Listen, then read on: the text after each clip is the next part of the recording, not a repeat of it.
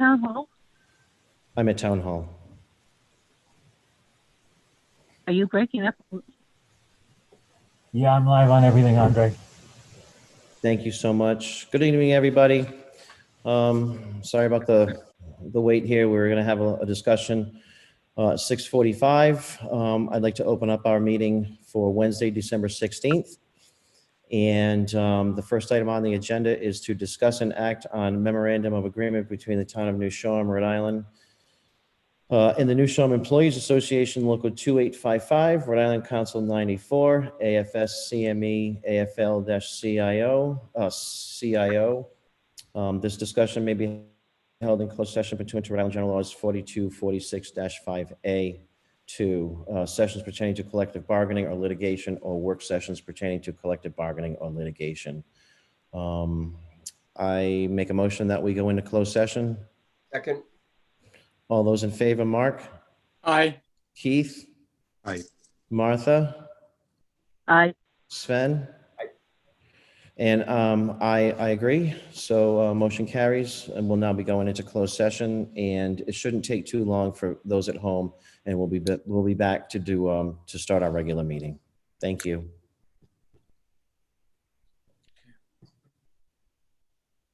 So Mark, leave meeting at the bottom. Bottom right should say leave meeting. Stop video. Nope, bottom right. Got it. All right, so then you're going to log into the closed session? Okay. That's good.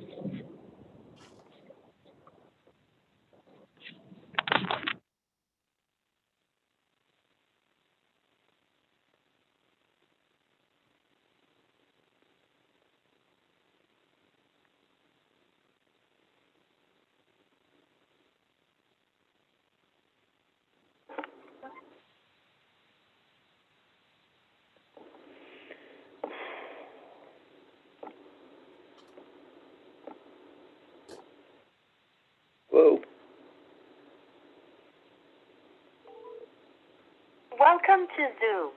Enter your meeting ID followed by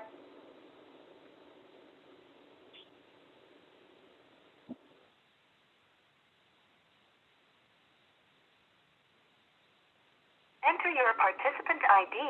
Please enter the meeting password followed by pound.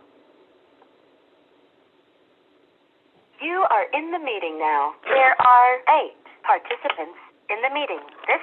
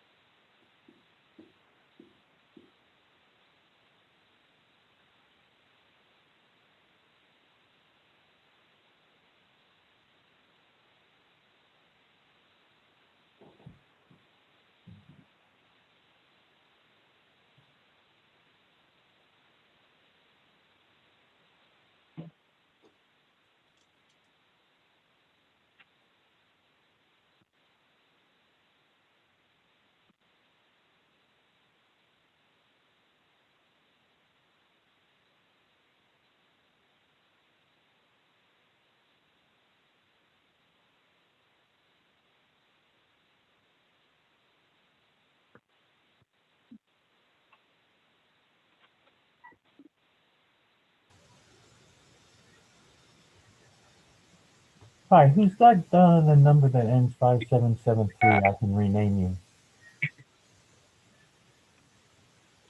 Hello? Hi, the number that ends 5773, I can rename you if you'd like to be. Oh, it's Chris, Chris Warfel, Hi, Chris. Warfel. W-A. Oh, hi.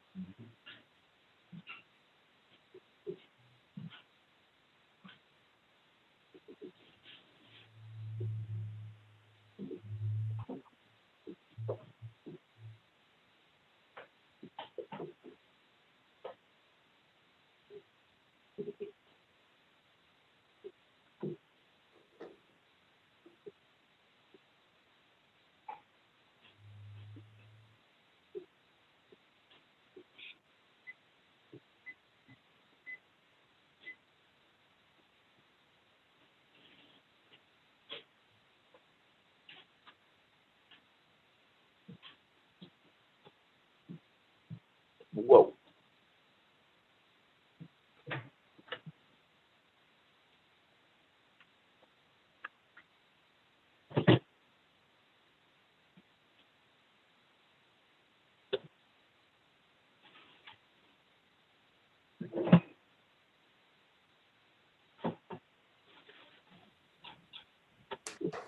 Thank you.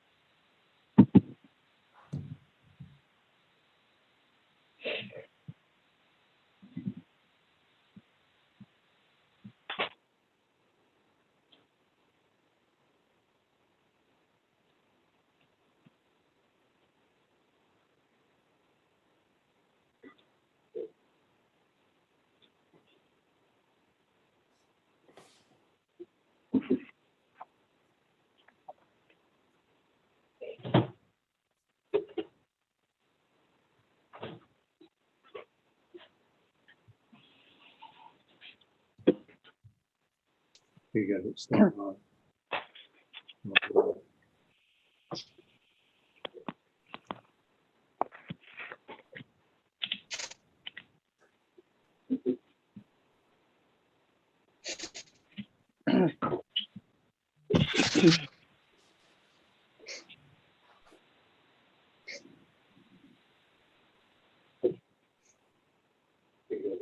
For those who are on the phone, you may want to mute yourself.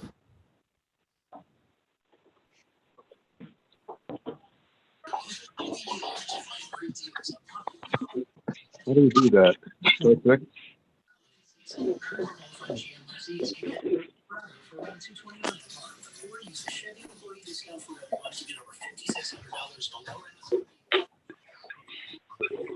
Those who are on the phone, you may want to mute yourself.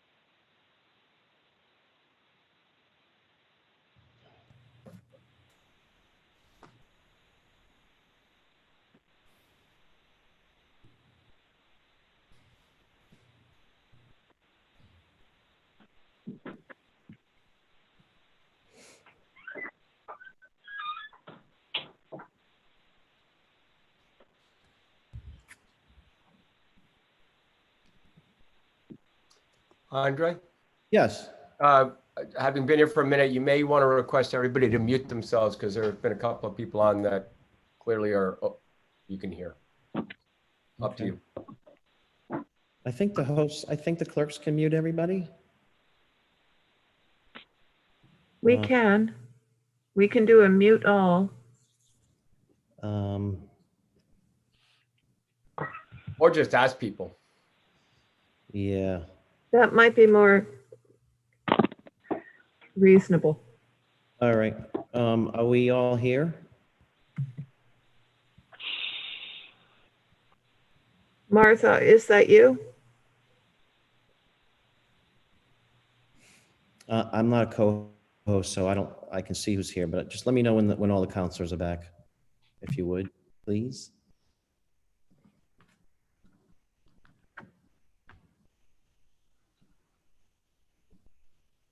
Oh, I am. I can admit Martha.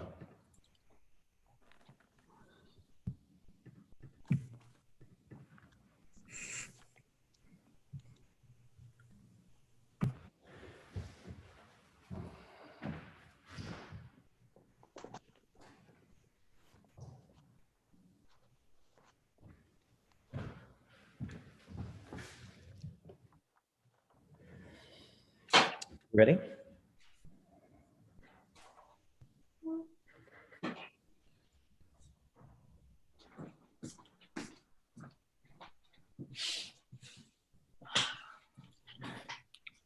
Yes, I believe you're ready. Okay, thank you, everybody, for waiting. We did have a brief closed session before this meeting. Oh, she's not here. I just let Martha in. We did have a Thank brief. you. You're welcome, Martha. A brief closed session item we had to discuss this evening. No motions were made, and we move on. So, is that correct, Marianne? Correct.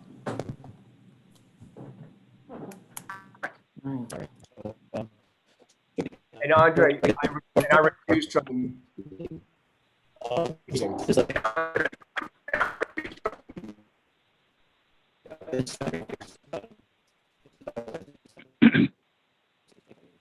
The last meeting before Christmas, and time of year, and obviously we know we had not the best year. I'm hoping. Excuse me, Andre, we're having a lot of trouble with you. Andre, we're having a lot of trouble with you. I'm on the Wi-Fi, the town hall Wi-Fi. Is that any better? Yes. Yeah. Okay. So as I was saying, we didn't have the best year, but it is the Christmas season. We got some snow coming down. I want to remind everybody to drive safe on the roads or stay home. But, I just also remember that, we lost a lot of really, some locals, and just like to remind everybody to keep them in your thoughts, along with the elderly and the shut-in populations. It is the season for giving and sharing goodwill, and I'm hoping that we don't lose that this time of year and throughout the rest of the year. I do have one announcement to make that the Ladies Auxiliary that usually hosts Santa and Mrs. Claus, obviously given the COVID situation, we won't be hosting Santa this year at the fire barn for the kids. So hopefully that will be able to be postponed to another time. Oh my goodness. Oh, What's hello, up? everybody. I was just checking my naughty and nice list to see if Keith Stover was on here, and he is. Oh, who is this? Well, what did my wandering eye appear? I Is that just, I wanted to stop by and say hi to everybody on the council. I realized that your fire bond festival got canceled this year. I usually come by and usually have photos with the kids. Christmas is still going on. Still going to have Christmas. Santa doesn't have Christmas. We're going to be coming to Block Island. We're going to be following those beautiful lighthouses. That's what I use all the time when I'm in the sky. I find that North Lighthouse, that white light, and shoo, I'm right to the island. And then when I leave, I go by the southeast light, that beautiful green light. And I understand, Andre, you live right near there. Your house is usually the last one I stop at on the island. Oh, well, I'm glad to hear you're stopping there, this Santa, and I'm hoping that there's no coal involved. Well, I can't guarantee that. I was looking for your name here in my book, Andre, and I didn't see it. And it starts right out with all the A's. Maybe else spelled your name wrong. Well, maybe.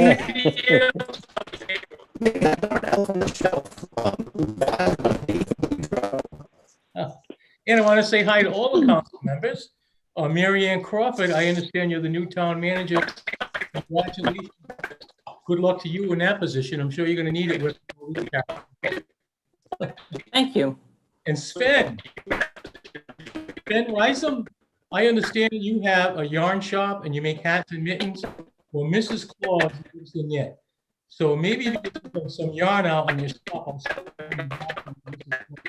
rather than milking cookies. How's that sound? We will do that. Thank you. Okay. And Mark Emanuel, you're a man after my own heart. I hear you like the old cars and you got a 1960s Buick. That's great. Santa actually has an up on the pole, a 1970 Volkswagen bus that I took time with you. So I love the classic cars, that's for sure. Don't forget my 8-track tapes this year, Santa. Oh yeah, what do you want? The Beatles, Grand Funk Railroad, you name it, we got them. And Martha Bell, you got a broken arm, I understand. How you doing?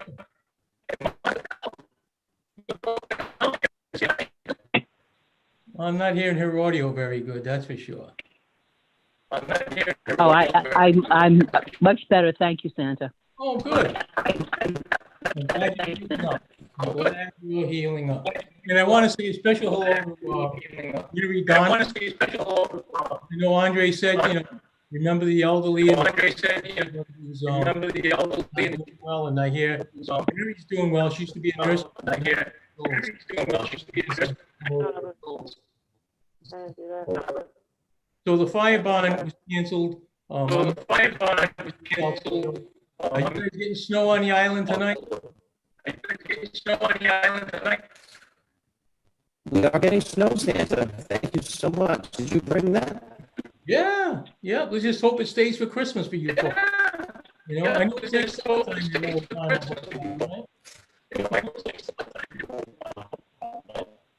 It's too bad there's no kiddos on here. I mean, It's so nice to see them. So besides Mark have a request. I know Mark wants 8-track tapes. Anybody else? How about you?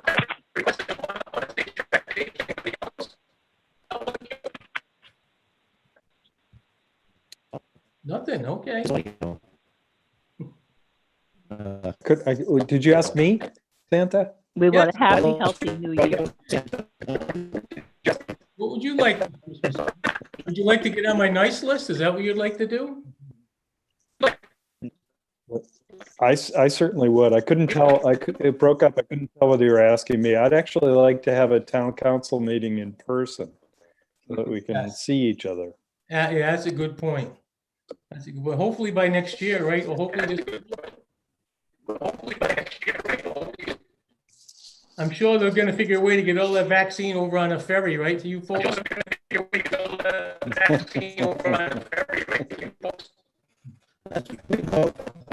Yeah. There's no kiddos out there. It's so nice to see you. Is there anybody out there with any questions for Santa? We're so thrilled to have him. I'm not really getting Andre's audio. I know. I'm not. How about, is now better? That's good. All right. Does anybody have any? I'm 92 years old, so my hearing's not too good. I don't know what's going on with. I think it might be the snowstorm that's affecting my internet here. Could be. We all want better audio for Andre, and we all want a healthy New Year. Yes. Exactly. Yes. Exactly. And we want to make sure that all the kids out there know that Santa will be here on December 24th. bet. And that's it, right? You And bet. that's it, right? Be landing And- on the island, scooping down all the houses. You bet. And tell Well- those kids, don't forget to leave me milk and cookies. And Oh, carrots, carrots for the reindeer. Oh, speaking about reindeer, Santa, I was kind of thinking that the kids might have been exceptionally good this year, and you might have a lot more presents on there. And, we have a lot of deer here on Block Island. So is there any chance you might need a few extras to take with you? Oh, I only have so many harnesses, Andre. How All do right. you get there? What do they swim? At one point, they were let loose and they're living happily. And I'm hoping, Rudolph and Donner and Blitzen and the rest of the crew, actually has a good time with them when they come. Okay. Okay. But if Maybe anybody we'll wants to take one or go with two you. off. Maybe we'll try to take one or two off for you, but that's about it. I got all those toys in my sleigh. We're weighted down. We have a weight. That's fantastic. Well, Santa, I don't think anybody else has any more questions for you, and I'm surprised, but we certainly appreciate you coming, and it's such a treat for us to have you. So have a Merry Christmas to you. We'll be looking out for you, and thank you for everything. Thank you. And Merry Christmas to you all. Stay healthy, and I hope you have a healthy new year. Thank you. Merry Christmas, Santa. Take care, everybody. Merry Thank Christmas. And Keith, you're on the nice list. I just double checked. You're there. It depends on the day. All right. Merry Christmas. Depends on who you ask, right?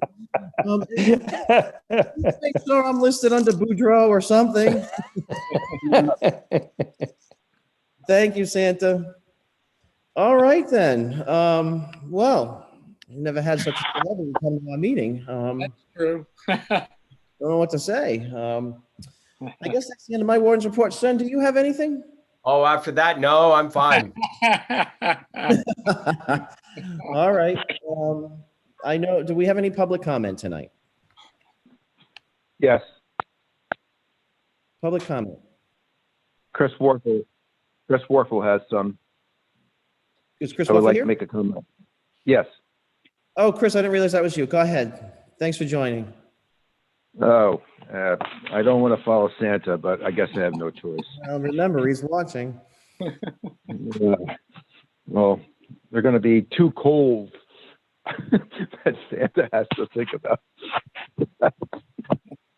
The first, I have two items that I wanted to make public comment on.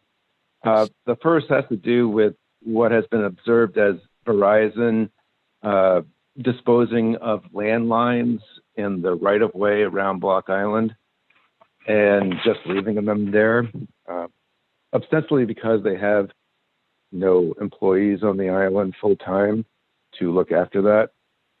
I'm hoping the town council at a work session can have a discussion with the town manager to have a discussion with Verizon that this is unacceptable, that the right-of-ways are not really a garbage pit and are not to be used in that fashion. BIPCO, I believe, has been finding their, their garbage and been rolling it up and leaving it in the right-of-way. Perhaps BIPCO can have a discussion with Verizon on a compensation to dispose of the lines that they're finding and not leave them in the right-of-way. But I really do think the town should have a discussion with Verizon about this practice. I think it's, I would refer you to Mary Ann on that. I think that's, a valid complaint. I'll look into it. No, go ahead. Okay, thank you. The second item is actually is a 2-page letter that I wanted to read into the record. And I'm sorry about that, but I think that's the only option I have for this. And for the clerk, I will submit this in writing so you don't have to bother taking notes. I'm trying to get that all documented. I will provide it to you by email tomorrow. I don't know yet. Chris, can I interrupt you for 1 second? I'm getting a lot of noise. I'm just going to ask everybody to mute their telephone if they're not speaking, so we can hear the person who is actually speaking. Much appreciated. Thank you. Go ahead, Chris. Okay, thank you. This is a letter to the town council, town manager, planning, and the building official, and has to do with Block Island energy policies. For over 30 years of my entire professional career, it's been involved in energy utilization and generation. I have worked for electric utilities, energy service companies, state and federal agencies, and so on. It is my nature and profession to observe energy policy and practice, especially where I live. Block Island has always had a great opportunity to undertake innovative approaches to energy policy for all of its available energy sources, but has really failed to live up or take advantage of the opportunities. It's not for a lack of interested individuals trying, including me, but has been a lack of the will of the town and utility level people and the vested interest mainly seeing an end and not bothering to understand the various means to get there. As an example, I refer specifically to what I would characterize as the misrepresented Deepwater Wind project and its supposed benefits for Block Island. We really cannot afford to relearn the same lessons regarding improper planning and strategy over and over. There are only so many opportunities presented.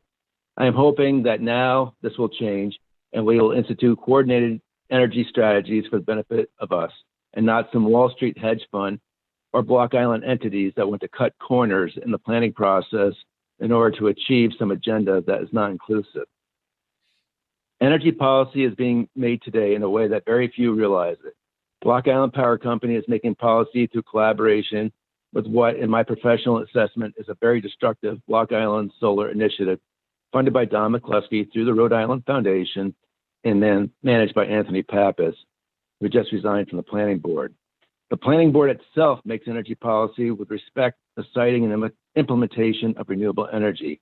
You will see a revised solar ordinance in the near future that planning and I have been working on for 2 years. I will address this matter when it comes before you for a public hearing.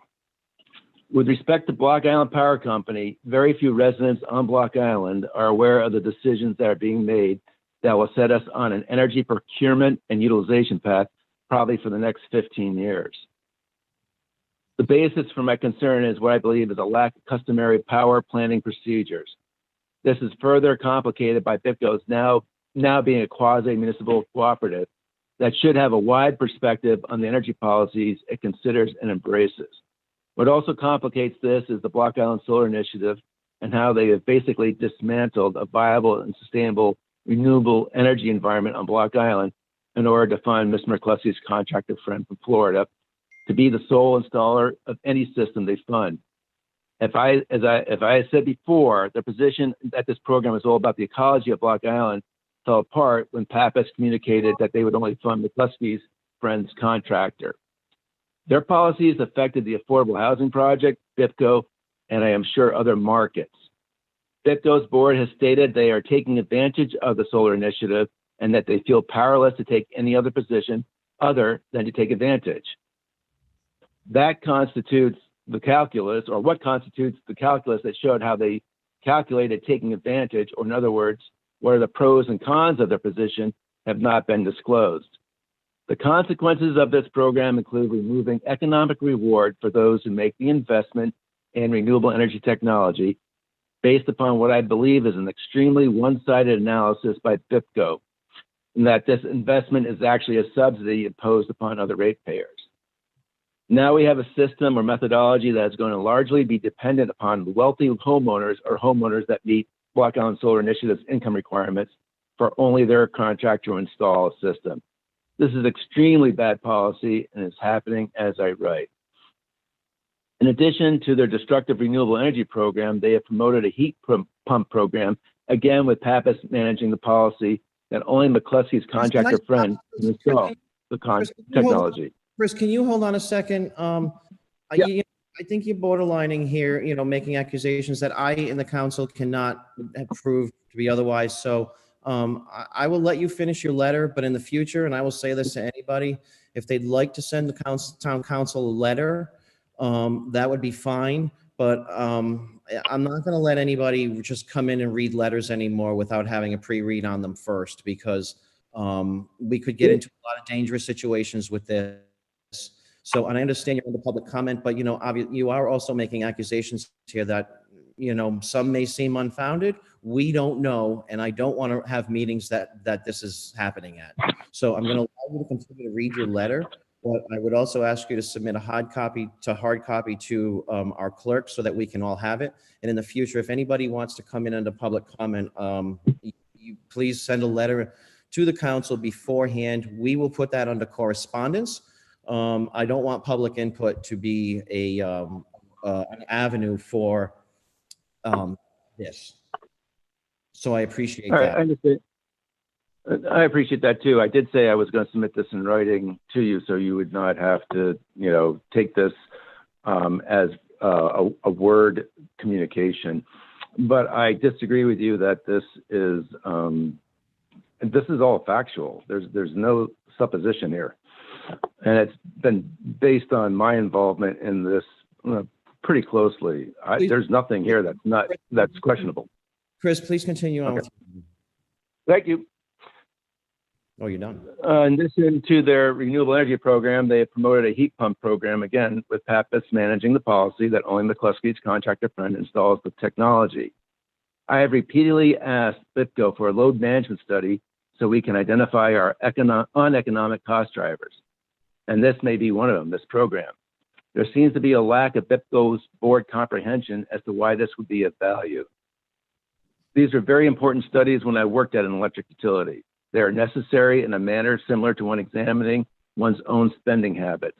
Only by such an examination can one discern patterns of waste or unnecessary expenditures. Similarly, by looking at one's loads, can one conduct cost-benefit analysis to discern if certain loads are uneconomic or should be addressed to a variety of rate-making or technological strategies. So now we have a program that is competing against Block Island businesses and is being subsidized with zero state or town regulatory oversight. So I'm just going to cut to the chase to avoid doing any more agita. I just want you to be assured of something very important. There is no energy program that I am aware of in the United States that operates in such a fashion. It does not create economic efficiency. It creates a non-level playing field that is detrimental to all but the interests of a very few people. The public discussion is important, and one would think would require a proactive approach to reaching out to the community. It is not realistic for BIPCO to believe that hosting monthly meetings is sufficient for such a purpose. The meetings are not well attended, even by some board members. The meetings are notoriously difficult to participate in due to the way in which the Zoom platform is administered and or the well-known problems with Zoom meetings. The town is one of, if not the largest energy consumer on Block Island.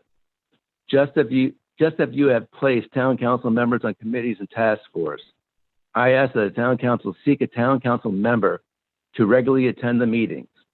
It would be in the taxpayer interest to do so, and this is not a trivial matter. Thank you. Thank you, Chris. As I said, send that letter to Molly for distribution to the town council and the town manager, Mary Ann. And Mary Ann will look into this for you, and we will probably circle back to this. All right, I appreciate it. Thank you very much for your time and patience. Thank you. Point of order. Go ahead, Martha. Under item 17 in our rules of procedure, it does say that anyone in the audience requesting permission to read a written statement or letter shall first supply a copy of same to the clerk for the record. So for future reference, that is an existing requirement under our rules and procedure. Thank you, Martha. Appreciate that. Is there any more public input this evening? All right, we'll move on to the first item on the agenda, discuss and act on possible amendment to the emergency ordinance 2 of the town of New Shoreham, adopted May 27th, 2020, as amended pertaining to communal housing and other issues during the COVID-19 pandemic. I don't have anything to say on this topic yet, but Dr. Tom Workup's with us this evening. I'm just wondering if you, Dr. Workup. Sure. Can you hear me okay? Yes, thank you so much. So we really appreciate everybody's efforts with mask wearing and social distancing. We fortunately have had no additional cases in the last 5 days, which is terrific. That's a nice reprieve after about 20 cases over 2 weeks. We're excited that tomorrow we will likely hear from the state regarding our COVID vaccinations, whether we get the Pfizer BioNTech or we get the recently approved Moderna, which is far more stable. We are anticipating that, again, tomorrow we will hear from the state regarding our timetable. And as soon as we do, we'll get it out in multiple communication streams, YouTube, the BIB, our websites. Thank you. You're welcome. Thank you. Anybody have any questions, comments for the doctor? Council? Only that, just because we've been clear for 5 days doesn't mean we're in the clear, and everybody stay vigilant. And I'm still very concerned about these gatherings over the holidays that people seem to be dismissing because they're on Block Island. Therefore, it's fine. Come to Block Island, we can have a party. Exactly. And I want to remind the public too that, Rhode Island does have a medical form that if you're traveling to Rhode Island, that you're supposed to fill out. And, that basically says if you're coming from any state on the list, on the Rhode Island list, that you have to quarantine upon arriving for 2 weeks, or you have gotten a test within 3 days, which would be negative, of your travel too. So I just want to reach out to everybody just to make sure if you're traveling to Rhode Island and Block Island in particular, because that's our concern, to please go to the Department of Health website and get that paperwork taken care of. Bill McComb? Thanks, Andre. Yeah, and to follow up on that, Mary Ann and I have been working together on notifying or putting something out at the ferry when people are coming over. Charlene has a piece of paper that we'll be handing out, informing people of the Department of Health regulations about what you were talking, the 5%.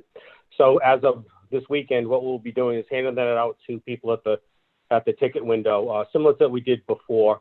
And particularly with those that are, with car reservations and so forth. So we're going to institute that as this weekend, and we'll continue on. And hopefully we have them captive for an hour, people that are coming to their homes and so forth, and they'll have it in their hands and read it.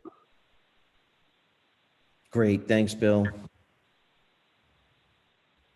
I had 2 comments, Andre. Go ahead, Mark. The first goes out to the businesses that are courting people to come over for the holidays, especially New Year's Eve, like we've done in years past. Well, it's not in years past anymore this year. So I'm hoping they're providing some kind of fact sheets that go over that menu that you spoke of, Andre, so these people know if they come from a state with a positivity rate over 5, they have to quarantine for 14 days. Unless they have that proof of a negative test over the last 72 hours. And with that said, my other comment would be to refer to the emergency ordinance involving this particular item. Item 6 says specifically, the New Shore Police Department is instructed to enforce the provisions of this emergency ordinance. So if anyone sees anyone not complying, whether they are guests or those in the position who are supposed to be enforcing, please bring it to the attention. Thanks, Mark, for that. And I will just, have Mary Ann, if you, could just remind our police that, of that enforcement. I spoke to the chief earlier this week. Also,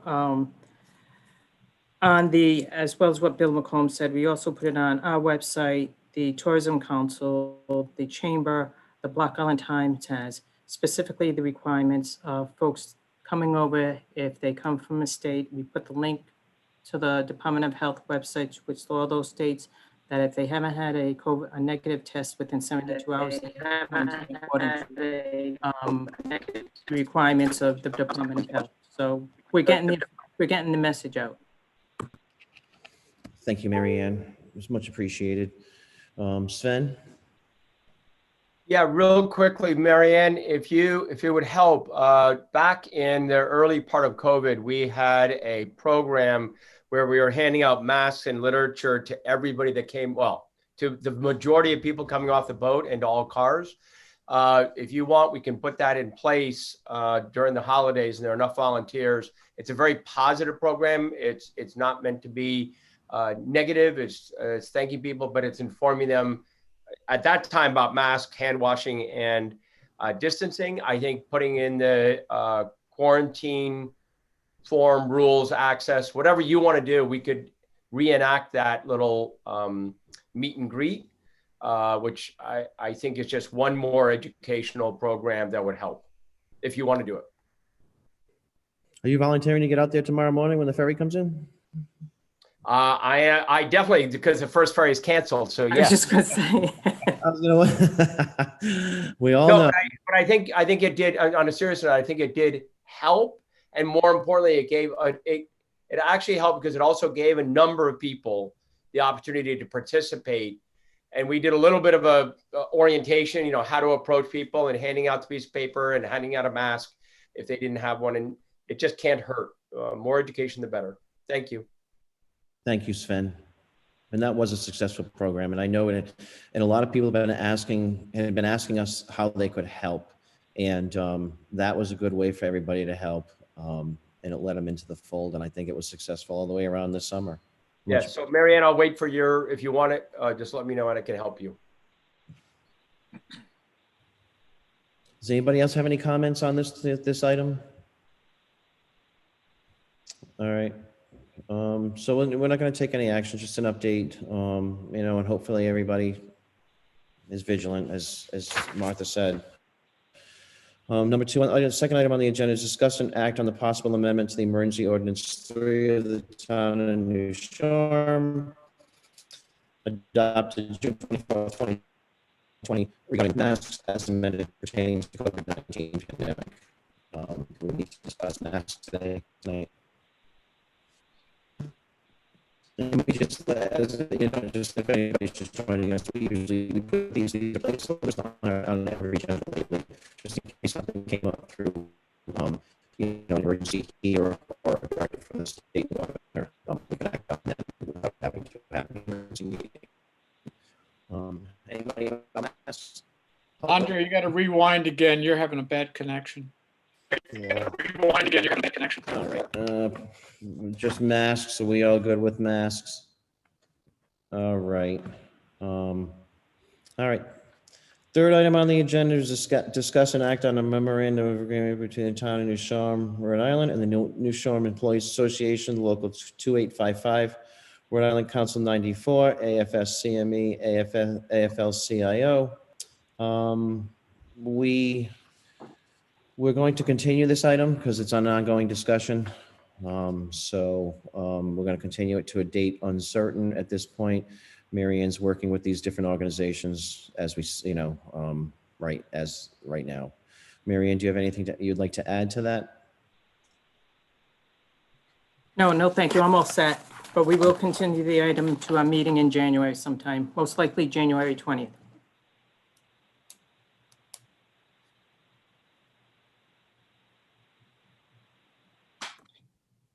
You lose him. I think we lost Andre. Let me go check. Thank you. Ben, can you take over temporarily as second warden? I can I can let Marianne just come back and see what's the story. She walked into Andre. So yes, we'll pause for 20 seconds here just to make sure if it's a computer connection. Andre's phone or a computer definitely was having some issues. Otherwise, we will move on to item number 4, which is receive monthly report from the town manager, Marianne Crawford. but please give us 1 second until we get an update about Andre. Okay. I'm back. Is Andre? Oh, there he is. Good. Yeah, he's switching to his phone. He's ditching the laptop. Got it. Andre, you're on. I announced item number 4 if you wanted to repeat it. No, I'll let you take over. You started. We have it here. I think it's just discussion on the financials with Amy. This is Mary Ann's monthly report. Yep. Go ahead, Mary Ann. Okay. Financials Thank are in you. there. Tax collections remain stable, 63% versus 2% on a budgetary basis versus last year. Other clerks' licensing and fees are at record levels and have exceeded the budget amount for the year, driving the number of property transfer and vault research done by the clerk. Building permits are very strong, 63% of the budget year to date. Cottage tax, which is remitted on a slightly different schedule, is narrowing its gap year over year. It's been down 75%, is now tracking about 50% below last year. This is likely driven by the rentals being removed from the market and may reflect a more long-term shift. Expenditures are tracking closely with historical levels on a percentage budget with no major areas of concern. With the recent employee at the library testing positive for COVID, the library was closed for deep cleaning. Virtual programs are continuing. Access to the buildings is limited and the window project is ongoing. The town clerk reports that property transfers continue to outpace last year's. I think you're all well aware of that based on the sales that you've seen. The vault continues to be closed for safety, and staff continues to work successfully with research, title search, law offices, and members of the public, copying and scanning records as requested. The IQS digital recording system has been live in the clerk's office since October, and staff is finding more features as they continue to work with it. The clerk department is waiting for a last in-house link, which would give them the ability to digitize maps into the system by using the plotter in the land use office. Once in place, the general public will have the ability to search for, retrieve, and review copies of land evidence records recorded since October 2020 without consuming staff time. The documents will appear with a watermark for a fee. A clean copy of the document will be available for printing. Second, a much improved index with keyword search capabilities for documents going back to 1972 is ready. The index will replace a series of very large PDFs we posted to our website in March. Some digitized documents will be linked to the searchable IQS index. Our ongoing agreement with IQS includes digitation from microfilm of documents going back to 1972. As the documents are digitized, they will be linked to a new index. Tax books, although delayed due to the delay in the financial town meeting, have been printed and are available. The Land Use Department has received above average number of requests for applications for planning and zoning. The application for Andy's Way for a special use permit for construction of a new public shoreline access walkway is underway. The town has received a favorable advisory from both the Conservation Commission and the Planning Commission. Currently, the application is slated to be heard by the zoning board in a public hearing on January 21st.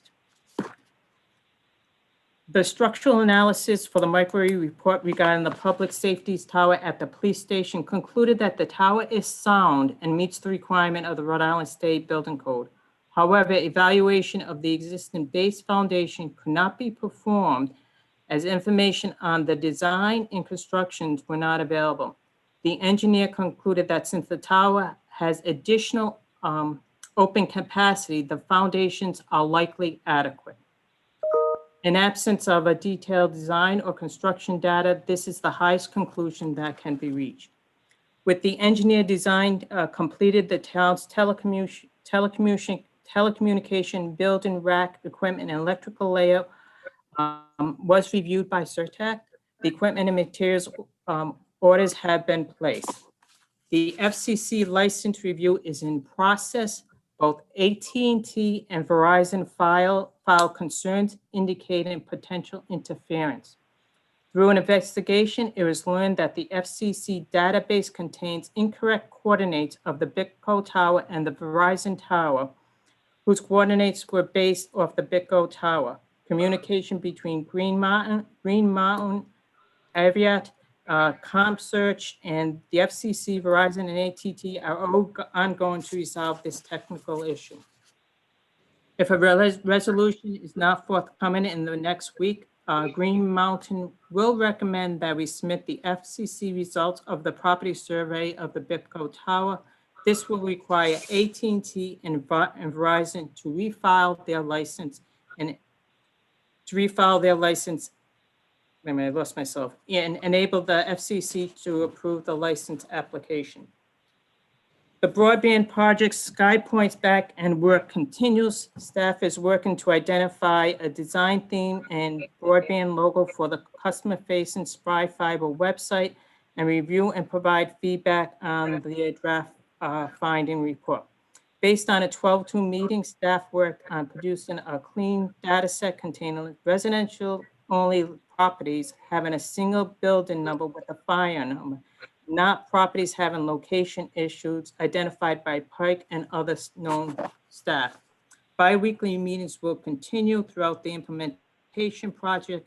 An overview of the Spry Fiber discovery and findings engagement is attached. I forgot to attach it. I will put that up on ClerkBase tomorrow. Purchase of the domain name broadbandbi.com for Spry Fiber website is complete. Staff has reviewed data provided by Pike regarding site survey data issues and a scheduled discussion to work through rectifying any errors found in the data. Pike provided a revised data set on 12/3. Town planner Allison Ring created an interactive map merging Pike data with parcels and building footprint data. As any issue resolution target date of 12/11 has not been met. However, resolutions will be set incrementally beginning 12/14 to work through the issues. Surtec project manager Sean Harmon was on site on 12/2 to review the possible equipment and material layout, staging areas identified by Stan Bird. The areas includes Isaac Corner, Land Trust property at Legion Hall, and the Old Poles Yard at BitGo were determined to be the best option, with 1 or 2 parking spaces available to allocate at Town Hall to facilitate Surtec's access to the ferry. The target arrival of the equipment is likely sometime in January, but that has not been finalized. We'll need to coordinate this project with subsea cable repair due to the demand of ferry equipment to support both projects. Crocker subscriber terms and conditions were received on 12/4 and currently being reviewed. A handout for homeowners and contractors who want to plan appropriately to accommodate fiber connectivity is being prepared and includes a discussion of conduit standards, direct burial standards, standard service drop configuration, and related questions and answers. Target distribution has been rescheduled for the work week of January 1st. Discussion with Surtec and Oshin continues on physical and logical design options for the expansion of the CAI network municipal ring, including handle of future requirements for SCADA and fire alarm monitoring. Discussion with Brad Weaver at the Trust indicated that in general, coverage of equipment and aerial fiber will not be an issue, and general operation of the network would be covered through the town's existing policy. Underground fiber is not eligible to be considered scheduled property similar to sewer. Additional follow-up will be planned. On the administration, with the recent pause order issued by Governor Raimondo, all recreation programs are on hold. I have multi-purpose staff members to other department. Recreation Director Dave Sniffen is working in the facilities department with Sam Bird. Dave is completing many long overdue projects for both the town and school. Recreation Assistant Director Cindy Lemon will be helping the clerk's office. Dave Murphy, who is the building official for the town of Westerly, will be helping us one week a month for January and February. While David is working for New Shore, he'll be on vacation from the Westerly position. His immediate supervisor and Westerly town manager are well aware of this arrangement. As I noted in recent town manager's report, we have advertised for the building officials position. Unfortunately, we did not receive any application. I am hearing there are other vacancies throughout the state that also have not been filled. I reached out to communities on the mainland to see if a sharing of a building official is a possibility. A little over a year ago, the town launched an emergency notification system code RED, and reviewing the system and data with the Emergency Management Director, Bill Lacombe, we realized we were not maximizing the use of the system. In the current weeks, we will be reaching out to residents, encourage them to register for this valuable and cost-effective emergency notification system. Notification can be made via landlines, cell phone, included text message, and email. Islanders can elect how they would prefer to receive the notification. We hope to test the system in early January. This communication tool is invaluable in alerting everyone in seconds of situations that need immediate attention. Bill Lacombe and I met with the Senior Advisory Committee yesterday and explained this program to them. We'll continue with other outreach as we move forward with the program. Martha Boyle, Lieutenant Dean, Charlene, and I continue to meet with the moped owners. The meetings have been productive, and I anticipate reaching out to the council in January with the draft plan for the summer of 2021. With Michelle focusing on the broadband project, I've asked Tom Ritsom and Mark Tilson to help me launch and implement e-permitting. Training will take place for staff within the building office and town clerk's office next week. We are targeting a go live around the 1st of March. I hear a sandwich is riding on the March 1st date with staff members engaging in a friendly bet. Prior to my tenure, there was a team working also with Michelle to update the website. It has come to my attention the project is about 80% completed. Since Michelle is focusing on the broadband project, I've asked a couple of staff members on the original team to help me finalize the website so that also can be launched. The police department is in the very early phases of police accreditation. The process should take approximately 2 years to complete. I may be requesting or reassigning temporary clerical staff in fiscal 2022 to help with this.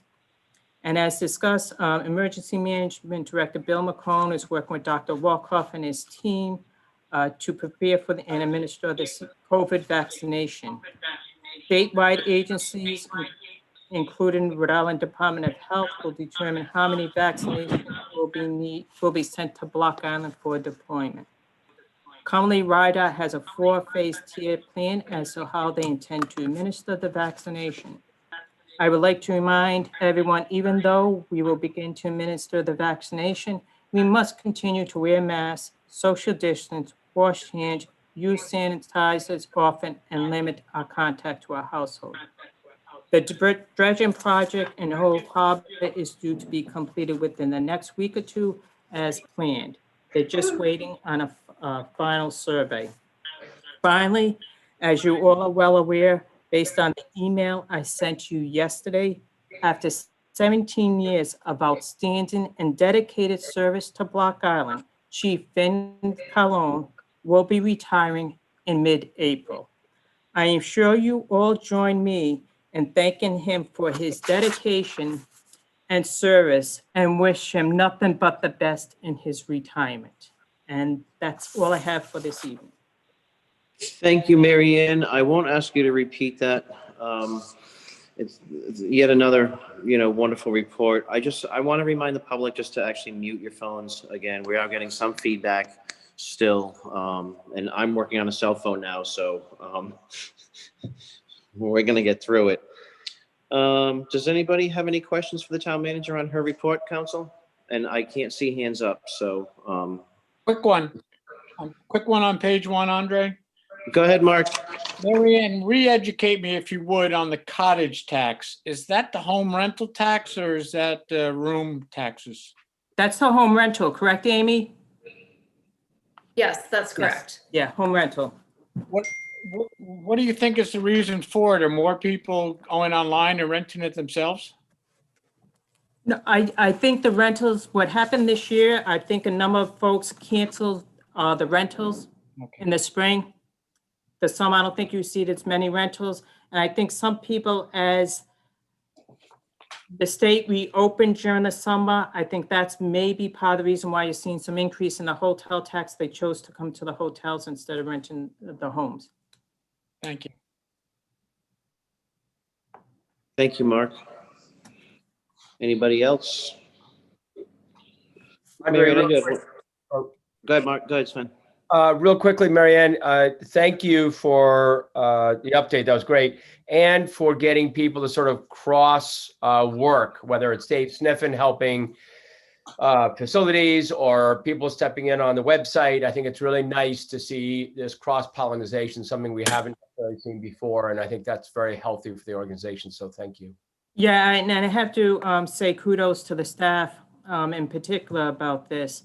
Regarding the website, I was thinking to holding off until June, and the staff approached me. They approached me and they said they really would like to work with and get that going. So we're waiting till after the holidays to springboard that also. Thank you. So, Marianne, can you tell us now, under the digitizing, first of all, that's fantastic. E-permitting, is that just going to sit in the, be useful in the buildings office, or will people be able to like pay mooring fees in the future with that kind of stuff? At this point, the first two we're going to launch the business office first, the building permit inspector's office first. There's also a licensing piece. We'll then try the town clerk's office. I haven't seen anyone use it for Harbor yet, but I think it's worth exploring because I think they can tweak it so that we can do that. Yeah, no, I was just kind of wondering if all permits and all type things that would, people for the town would be on that. So we may, Okay. We'll find out. And just to let back to 1972, can you explain? You explained this to me the other day, but I think it's worth repeating that we are recording to tape right now. Is that? No, that's something completely different. Okay, perfect. Well, I certainly don't have any more questions because, your reports are always so, they're great. We really appreciate having them.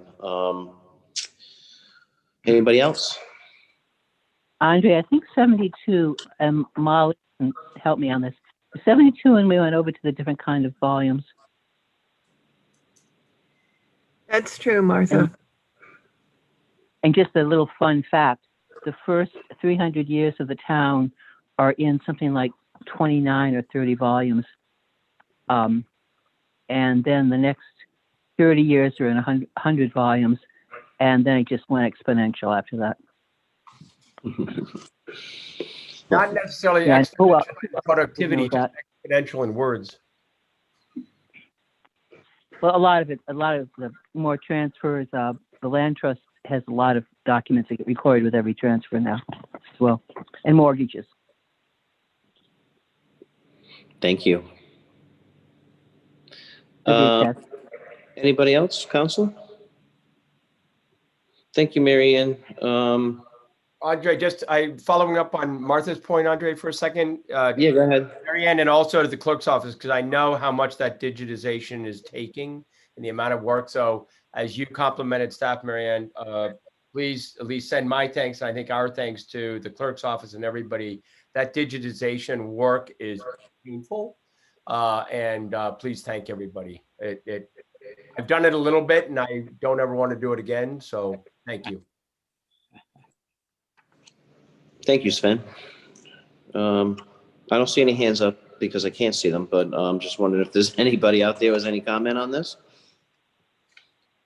All right, we'll move on then. Item number 5 on the agenda is to receive and act on the annual audit report for fiscal year 2020. Actually, Andre, can I just suggest something? I will check for hands up if it'll help you. And if I see any, I'll let you know, just in case. Thank you. It's just difficult from the phone. The laptop's not cooperating. Mary Ann, annual audit report. You don't have to go through this. Not only that, I'm going to punt it. Before you. you this evening is the annual audit, and I was not involved with it all. Clearly, Amy, our finance director, has come through again with getting the audit done in a timely manner, even with COVID and everything else going on. And also, we do not have any management letters comment. So at this point, I'm going to punt it to Amy. Thank you. Go ahead, Amy. Hi, and I won't do a whole song and dance tonight. If you want to, we can put aside a special time to do that. But the highlights are that, first of all, this is a clean audit report. As Mary Ann mentioned, there are no findings, there are no concerns, and there are no additional comment that they made recommendations for where we could improve, which we always feel good about. The other thing that I would call your attention to, just in summary, is that obviously this was a tough year. Fiscal year 20 was a tough year for the town financially. The last quarter of the year, basically we had zero revenue. So we ended the general fund with a deficit of about $1 million. And that's not typically where this town winds up a year, but it is what we were expecting. So in the sense that things are about where we thought they would be at the end of June of 2020, that's where we wound up. And we built our 21 budget knowing that. And so we're on track to recovering those funds and building our reserves back up. Again, we were able to hopefully weather all of this because we had that strong financial position. And again, while those levels have taken a dip, they're the dip that we expected. And I think we're headed in the right direction slowly, and we'll get there. Again, we can set a special meeting to go through the details if people want, but what we're asking tonight is for the town council to accept the audit report and authorize us to submit that to the state once we have the last piece, which is a state report for the municipal transparency portal. That report is pending. It usually shows up the last week of December, and we need to file the audit by December 31st. So that's what we're looking for from you this evening. Counselors? Questions? Amy, do these auditors ever give you a grade? I see no grade. It's not even a pass or fail. It's just pretty antiseptic, their comment under opinions. There actually is a grade, if you will, and that's that there are no findings, meaning they found that these financials accurately represent the position of the town. So for me, that is a grade. But no, it's not a subjective report. And again, if we wanted to set aside some time, we could talk a little bit more about how to interpret these numbers and how the town might use them to plan going forward, what we can learn from them, and how you might use them as a basis for some of the policies you might want to implement. Well, I'll tell you again, without blowing any smoke up your skirt, you guys in finance are terrific. And you make it really easy for us to know that this department is so well run. So thank you. Thanks, Mark. Martha? The only thing that I would hope, a clean audit is really a big important thing to have, and we've had it for a long time now. I think it would be nice to have just a overview, not a detailed meeting, because I think that's really, I don't think any of us really want to do that, but an overview with Amy at some point, not to take up a great deal of time, but just to get a kind of a broad brush that I don't think we should be going into tonight, but just with the things we normally talk about, the fund balance, the percentages, the debt, all of that. So I'd just like to have that when it once, probably in January. I don't think there's a rush on that. I think it's appropriate to act on this tonight as it's been received. Thank you, Martha, and I agree because, especially with the new members of the council coming in, it might be good to have a meeting with Amy so she can go through this. I'm prepared to, I did actually read this and I appreciate, the work put into it. But I just, this is one of those things like, with new counselors here that, I think it'd be beneficial to all of us as a team to meet up with Amy at some point and the town manager. Andre, I think Keith had it. Keith? I just was going to say, I agree with Martha. I would love a briefing like that. And as you said, Amy, just sort of talk about where we look in this document to sort of provide us with some tea leaves or a map about how we ought to be planning, Marianne. And it was a great document. It was really helpful to me. I had one finance nerd question, and that is, how do you decide, is there a rule of thumb about how you decide when to refinance old bond issues? I noticed there were some outstanding where the interest rate seems higher than the interest rates that prevail now. And I just was curious when I was reading it, whether there is some kind of rule of thumb on that. There is a rule of thumb. There's a rule of thumb for savings that make it cost effective to go to market. Right. And we review those pretty regularly, about every 6 months with our financial advisors. There may be other terms and conditions that those particular ones may not accommodate, but we can always talk about them specifically. But yes, we do look at that pretty often. Great. I wasn't, please know, I wasn't suggesting that you weren't. I just was curious when I saw it about how you make those decisions. It's interesting to me. Thanks, Keith. Anybody else? Yeah, thank you, Amy. And I agree on having, especially the implications and the policymaking insights would be really helpful. I thought that was well stated by you. The one question is, of that $1.1 million shortfall, we'll call it that, any thoughts on dollars we may get back from federal, state, COVID world? Just top line, or I know it's conjecture and. Yeah, the current proposed budget at the state level looks like it would be about $95,000 of CRF or COVID relief funds back to the town. And so that's sort of the baseline that we're working with today. Thank you for that unfortunate news. Sure. Thank you, Andre. Thank you, Sven. Anybody else? Public? Anybody? Well, I certainly appreciate this and all the work that the clerk's office put into it, as usual, every year. So I'll make a motion to accept the annual audit report for the fiscal year 2020. Second. All those in favor? Martha? Aye. Keith? Yes. Mark? Aye. Sven? Aye. And I approve. Motion carries 4-1. Thank you, Amy. Thank you. And please thank your staff for us also, and Marion as well.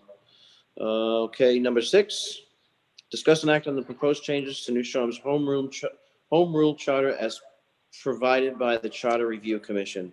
We have some resolutions here that were forwarded to us for changes, possible proposed changes to the charter. And I don't know, Keith, you want to take over the explanation of this as you were a charter member, or you want me to keep going? Thank you, Andre. You put his name on the ballot. I know I would be. This is I would what be happened. happy I'd be happy to muddle through it, and I know there are a number of our members are on. I would just start out by saying we got a very helpful, I think, email from Molly this past week. We are in a bit of a time crunch here. If we don't want to have a separate referendum solely on the charter, which has been our goal, is to mesh it, with the pandemic and basically not meeting for a few months. We were unable to meet the deadline in order to be on the November ballot. But we would like to, I think we need to move quickly to get to that. I believe Molly said it's January 11th. We have to have any resolutions that we're putting forth in order to make it onto the next statewide referendum. So Right. that's the reason Yeah, it was we're a little January 11th. pressed. Right, thank you. And it was January 11th that these proposed changes need to go forward to the state. That's the absolute drop deadline for an election in March. Otherwise, we have to have our own election, which it's the state is going to have bond issues on the ballot anyway in March, and other items probably. So we're trying to piggyback on that. So I guess the explanation to that is we'd like to have. Unless we want to cause complete havoc in the clerk's office, which we're trying to avoid. We're trying to have this on the March ballot along with the state. And January 11th is the last day we can have these submitted to the state. So like what I'm hoping to do tonight is go through these. And I'm hoping that the council can come to a consensus as to which ones we want to put forward. Which ones we don't, and the ones we do want to put forward, we will put to our solicitor for legal review, and then provide everything that comes back. Then we'll move forward from there. Does everybody agree with that process? Yes. I have a question. Yeah, go ahead, Martha. Did we get, was Amy able to get any numbers together on the financial impact? We'll turn you over to Mary Ann Yes. for those. Yes, she was available. I do have those in front of me. If Okay, we that's- have them item by item. Yes, I have them itemized by Okay, particular. great, thank you. So Andre, just to recap, to make sure, so we're going to discuss it tonight, forward to the legal, and then at the early work session in January, be able to make final determinations. Is that your plan? The plan? I would imagine, before, I believe we have a meeting on the 4th, but these are due by I would say the 10th. So they're upstate by the 11th. Oh, great. Okay, let's go. Okay, before we start this, I do see there's a question out there, 323-787.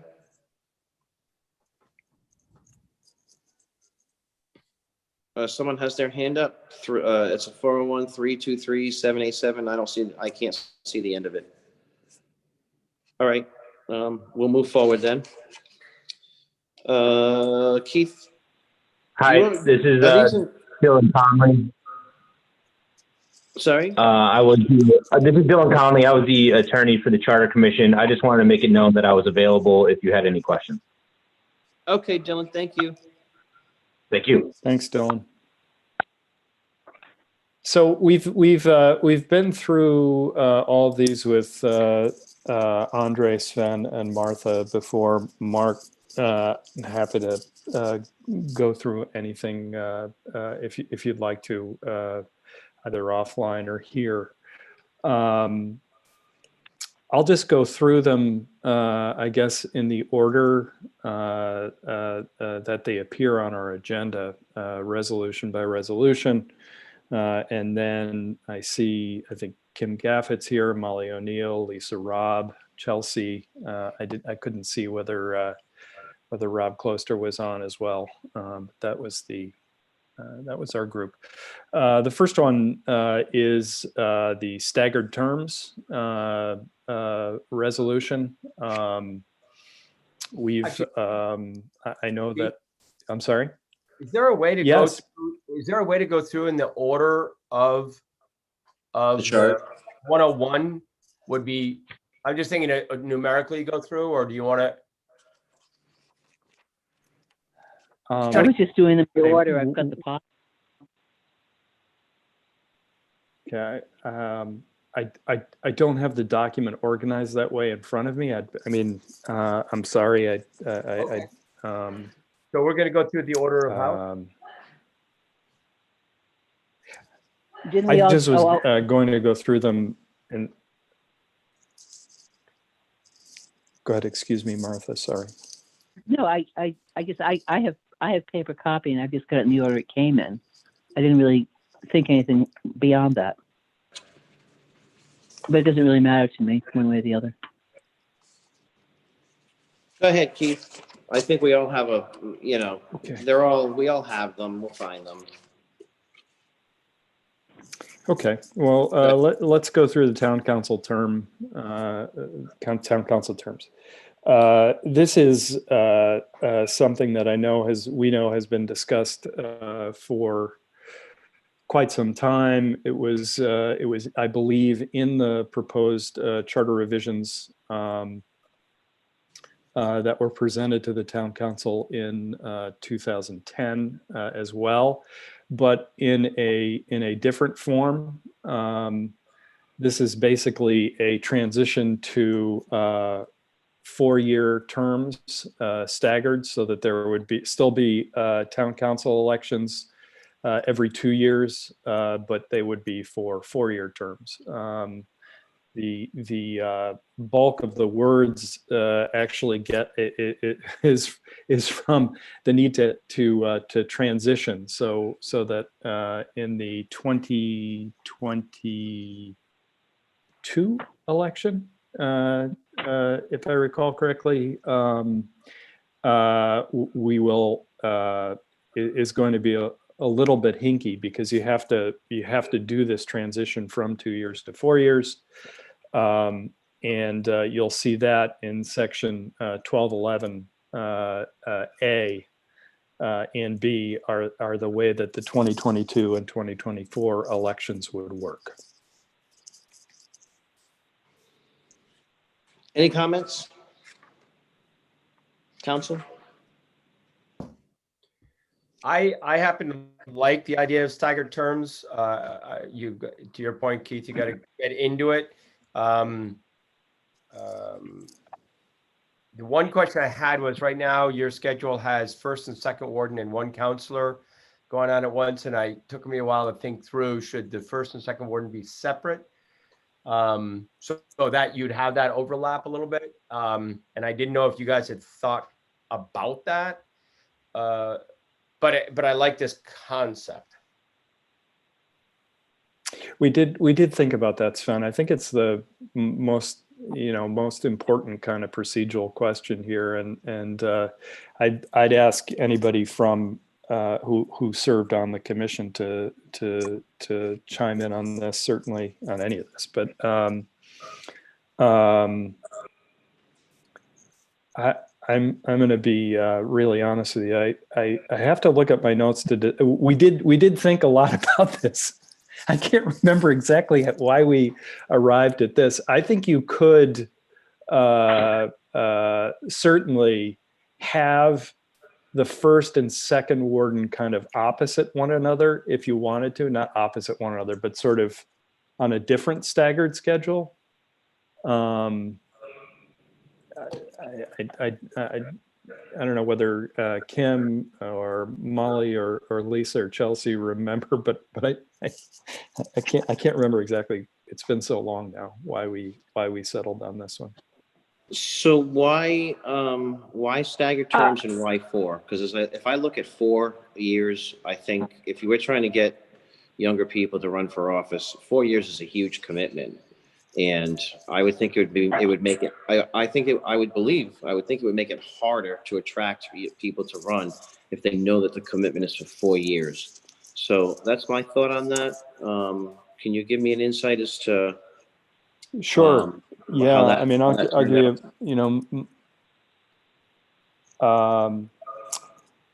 because we didn't want to have an election every year. If you keep it at 2-year terms, you have to have an election every year. And if you want to stagger and you still want 2-year terms, you have to have an election every fall. Okay, thank you. I see two hands up. Kim Gavitt? Hi. I just going back to the last question about why the first and second wardens were going to be up at the same time, and it had to do. It's okay. Go ahead. Yeah. As I recall it, it had to do with the fact that often the natural selection sort of process is that second warden tries to move up for the first warden when there is a vacancy there.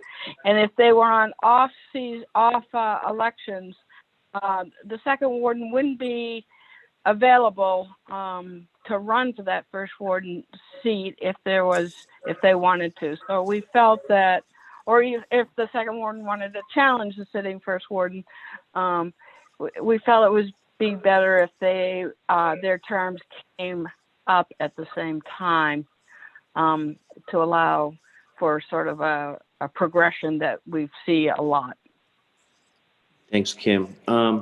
So being a former first warden in second warden, I believe, right? And councilwoman, Yeah. do you see a major benefit for a change, whether it be 4 years? Because obviously 4 years and staggered terms need to go together. Otherwise, there's an election Right. every year. Do you see a major problem with the way things were done, and there should be a change? I think it's time for a change. I think that the council positions are getting more and more complicated, and that the learning curve really takes a long time. And with a 2-year term, you're really just getting your feet going before you have to run for election again. And, the world has changed, the position has changed, the complication of running the town has changed. It just, for stability's sake, and I think it makes a lot more sense to have a 4-year term. I know that the main concern is whether somebody will sign on for 4 years.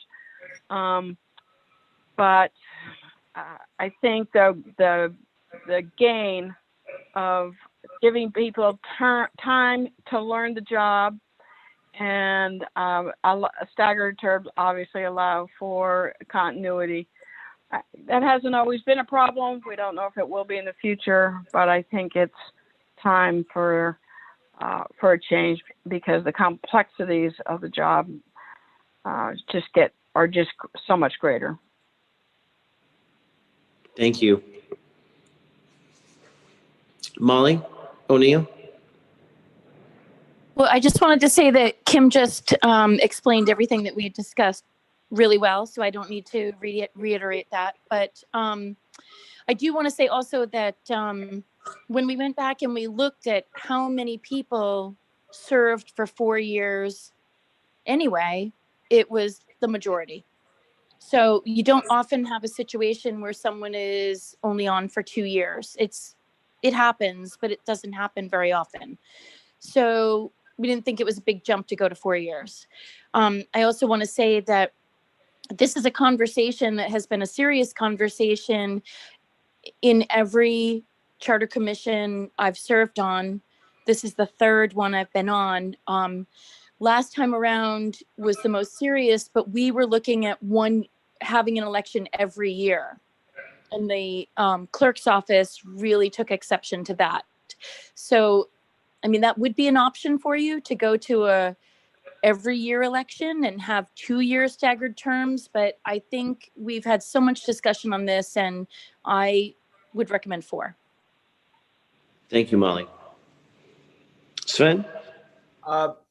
Yeah, I actually think 4 years is fine. I hear your comment, Andre. This is just my personal feedback that, it does prohibit some people who are sort of edging in or getting interested. But I think that's also a place for them to participate in other committees, that whether it's planning or, another committee, and sort of get into it and then realize, if I'm going to go to the town council, it's a pretty big commitment. I mean, it sort of is rarely one of those that you jump in both feet forward, even though Keith may have done that to some degree, but he was on zoning. And so most people have had that experience. So I guess my feeling is 4 years, in my opinion, is fine. Thank you, Sven. Molly, do you still I have your just- hand up? Go ahead, Martha. I just have one thing to say.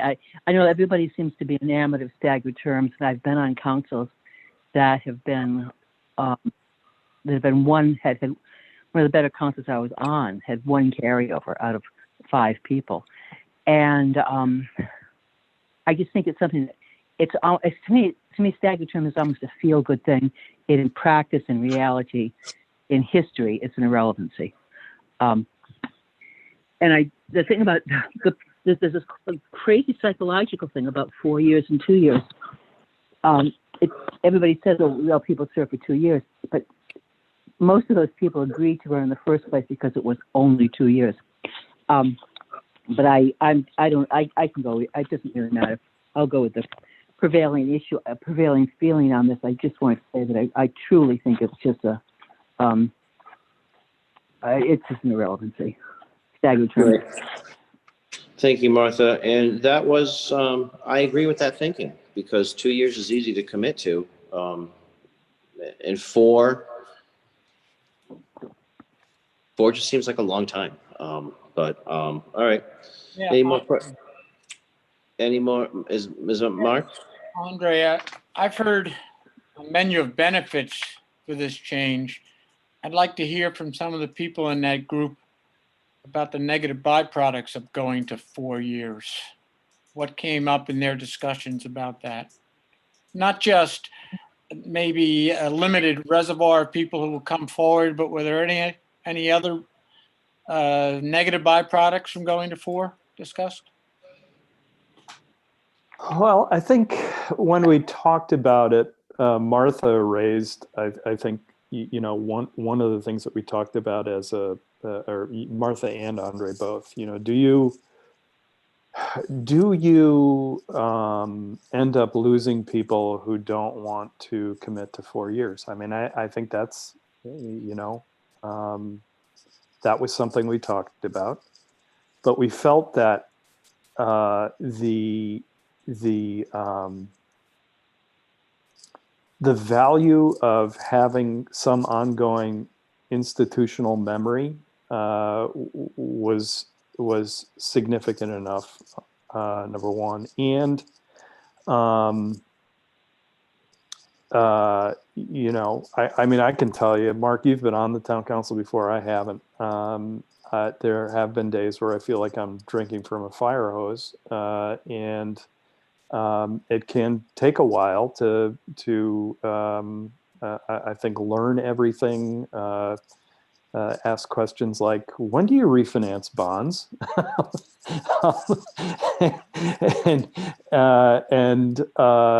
I think it takes a while to do the job well. That's those were the positives. But I mean, I think Andre and Martha raised, the fundamental one, which is, does it endanger attracting people to serve? And we felt like the risk of that did not outweigh the benefits of going to 4 and staggering. I would have been, I think there's doing an election every fall in order to stagger, I think, is an awful lot of work for the clerks. It is, I think you can have a tendency, frankly, to kind of burn out voters in a way, so 4 seemed to be the rational place for us to settle. Right, and that's 4 based on staggered terms, so the 2 going together. Doug Michelle, do you have a question, comment? Is Doug Michelle on here? I see his name. Is he muted? Yes, he is. Looks like he is. Doug, unmute. Molly, could you give directions how to unmute really quick?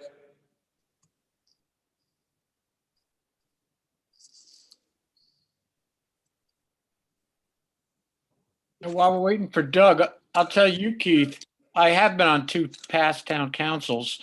One, I wish I was on for a full 4 years because they were so dynamic. And another one I couldn't wait to get off of after 2 years. So there are some issues when it comes to that extra 2 years. Hello? Go ahead, Mr. Michelle. You hear me? Okay, thank you. You're welcome. Couple questions is, and I've heard some of the explanation. I don't know why we're going to 4 years. I don't know why we're going to staggered terms. I haven't heard everything. To me, I don't think the system is broken or damaged. I don't think it should be changed. 4 years is a long commitment, again, that people might not want to make. You have enough trouble getting candidates to run for 2 years, and now you want them to run for 4 years. And there also have been more than one counselor who chose not to run for a second 2-year term because they decided it was not for them. Now, if they end up being in a year or two and they're like, I got to get out of here, I can't serve 4, and they resign, and then the council has to fill the position. And that hasn't gone well the last couple of times that's happened. Also, you basically then have 2 sets of counselors. You have a first warden, second warden, and a counselor, and then you have a counselor and a counselor. And we're very lucky because for many decades we have not had, everybody's been on the same page as far as Block Island is first. It might not always be like that. You might have the 3 that are not running for election, not like the 2 that are running for election. And it might be able to, you know, since they're not being exposed to the vote, they may make things difficult for those 2. Secondly, Kim made the point that, well, where's the natural ascension from second warden to first warden? Well, if you have first warden, second warden, and a counselor who are running, you have 2 counselors who are in the middle of their 4-year terms. Either one of those or both of those could go challenge the second warden and the first warden without being in danger of losing their place on the town council. Just like you, Andre, last year, you were second warden and you filed for first warden. You didn't have to resign from second warden to do that. And neither would any counselor who wanted to, you know, challenge another person. So basically, somebody's getting an unfair advantage. They can go after the first warden, second warden without danger of losing their place on town council. And if the justification is not having to run every 2 years, it really takes very little time. And I think that counselors should be held accountable every 2 years. If you got any other discussion, that's it. I'd like to hear what you say, but that's how I feel. I think 2 years works. I think every 2 years, everybody should be elected at the same time. And that's all. Thank you. Thank you, Mr. Michelle. Molly O'Neill, I see your hands up. Or maybe it didn't go all down before. Sorry, I just wanted to address sort of what Mark Emanuel was saying earlier, in that one of the bits of feedback that we got from people when we interviewed them is that they did think it would be an advantage to know who some of the people on the council were going to be when they ran. So, you know, like Mark was saying, he enjoyed working with one council more than he enjoyed working with the other. So the feedback we got was that an advantage to this would be that, you know, if you were going to run, you might know you might definitely know who 2 or 3 of the people you were working with would be. That's it. Thank you. Anybody? Point of order for a minute, Andre. Go ahead. So just to make sure I understand, we're now going to decide whether we want to move this forward for legal review and discussion at the next meeting, right? So that's the next step after this discussion? I would like, yeah. Thank you. Just clarifying. Okay. Sean McGarry? Good evening. Thank you. Yes. Speaking as the chairman of the Democratic Town Committee, of which you're a member also, Andre, we always have a very difficult time at election looking for people who are willing to run. And it comes down to the last 2 or 3 candidates that we're just taking a poll. Who do you know that wants to run? The top 2 candidates that we're looking to back always are in this for the long run. And to ask them to do a 4-year term is not something they're unwilling to do. It's finding those people to fill the backside of the ballot. And I think that by limiting the number of candidates, you increase the quality of the candidates that are running the election. You increase the overall quality of the town council. And I think you need continuity. You can't change over 4 members in a 2-year period on issues that are so complex that the council takes on. The school committee runs a 4-year term. Those are complicated issues, but you just can't change over the whole thing. We're not getting enough continuity. We're not getting enough quality of representation. And I think that staggering the terms and extending the terms will help to solve those issues. Thank you. Thank you, Sean. And I didn't forget I was a member of that committee, just so you know. I don't agree. We always have, I can't agree with that, because we always have, not this election cycle, but it's always been who's going to run. And we always have to struggle to find people. And I firmly believe, I signed up the first time I signed up because it was only 2 years. My first run for council was, the decision going into that was like, okay, I can commit 2 years and see how it goes. I mean, we ended up with a great council. We had a lot of changes, and this and that, but committing for 2 years is an easy thing to do. Like Doug said, committing for 4, it isn't necessarily an easy thing. So that's my opinion on this topic. And then staggering them, like right now, so we're proposing changes to the charter, but I don't see anything glaring wrong with our elections right now. And like Doug Michelle pointed out, all those items he pointed out, could absolutely happen. So, I mean, it just seems to me that this item is, I don't think anything's broken right now. I don't like this change. So that's my opinion on it, or the staggered terms, because they obviously go together.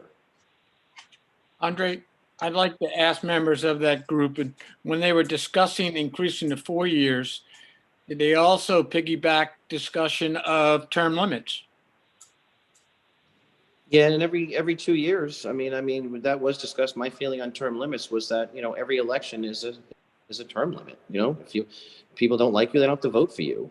The problem is that a lot of people I saw in the past, and I'm not saying it's a problem, but the issue for me is that people run unopposed because nobody is running against them. And it goes back to my thought. I do feel as though that it's easier to commit for 2 years than it is to 4.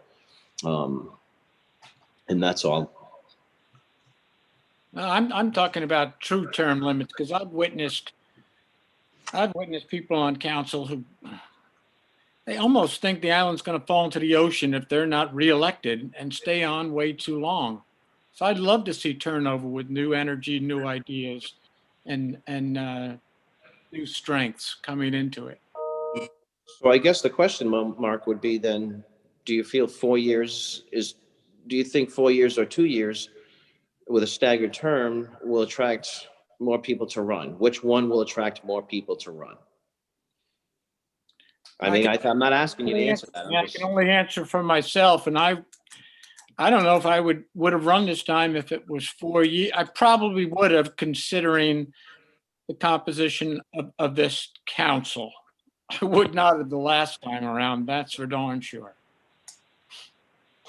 So having 2-year terms that aren't staggered gives you the choice to do that. Right. You can run for 2 terms, or you can only run. Having 2 terms, having a 4-year term, you're committing to that, to being there for 4 years. That was kind of what I was getting at. So does anybody else want to discuss? Maybe I'll just say one last thing. I've always been a fan of term limits.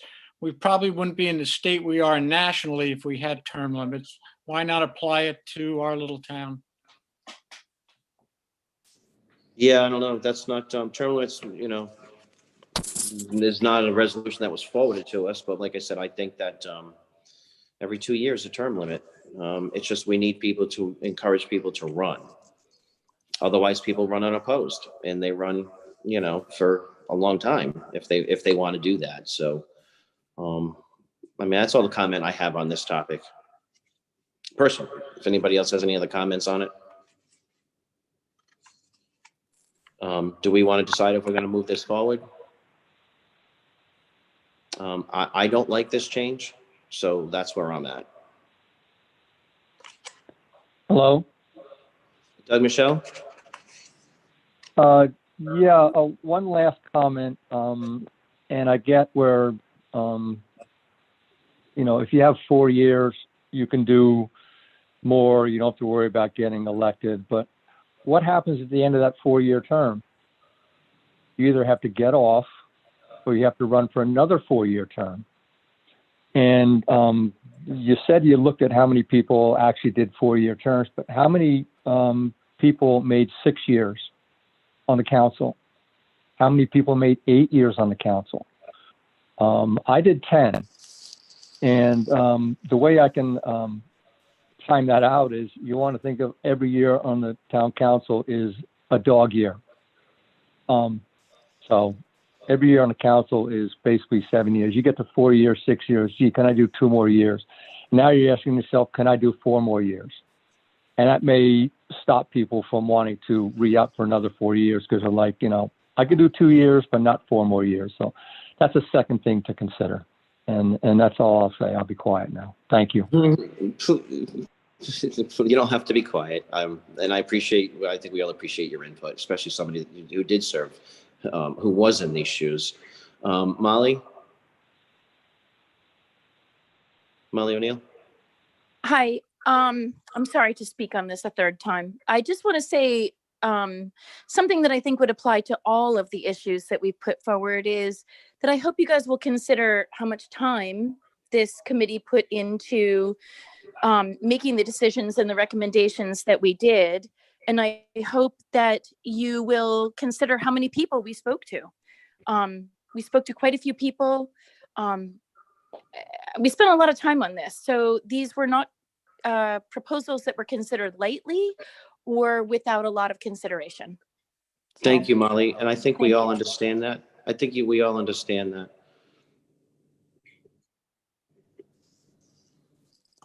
Anybody? Council? Quick point of order again, sorry, but as we now will vote to whether to put it forward, then it's really the voters to decide, right? So just because we put it forward onto the ballot doesn't mean that it will be for and staggered or not. The voters will have to decide. So just clarifying, that's correct, isn't it, Andre?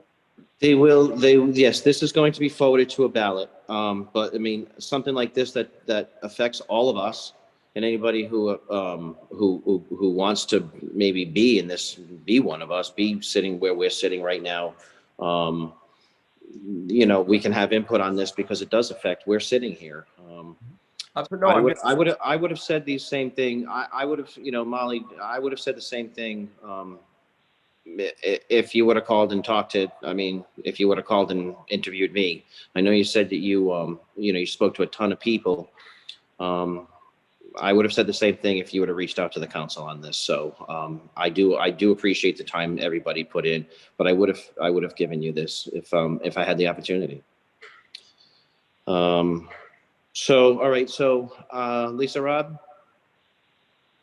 I was just going to say in one of our first meetings, we actually did invite all of past and present council members. I don't believe I got that memo. How did you do that? It was, I believe, a year ago, November. Something was sent out through the clerk's office that invited council members, past and present. I know that Doug Michelle was there, I believe Martha Ball was there as well. And No, I was not trying to there. remember. I mean, okay, I apologize. I remember it was a while ago. I do remember Doug Michelle was there though, because I do remember him speaking up as well. Thank you, Lisa. Maybe it was just past councils. I have to jump in here. I'm sorry. All the council members were invited through the clerk's office. I'm sure it was through them, and past councils. Ken was there, Doug was there, and I believe there were other past council members there. Thank you, Kim. Does anybody want to, all right, so where are we going to go with this? I vote yes to put it before the voters. Okay. Sven? Sven, do we want to move this forward? I'm sorry, I'm thinking. I vote yes to put it before the voters. Thank you. Mark? I'm going to vote no. I think the reservoir will be rendered even shallower if you put it out for 4 years as opposed to 2 for quality candidates. Martha?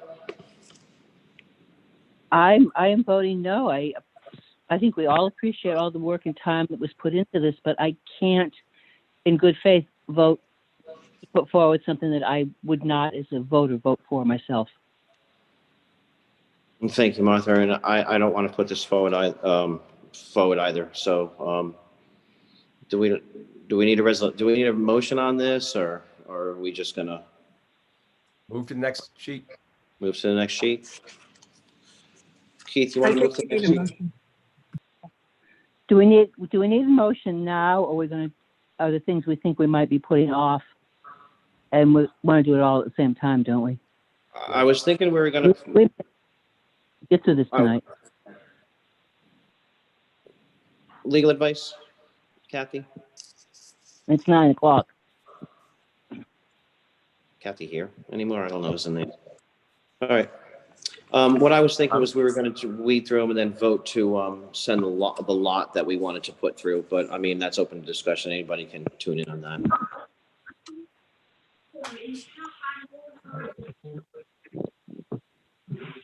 So if I may, Mr. Chairman. Yep.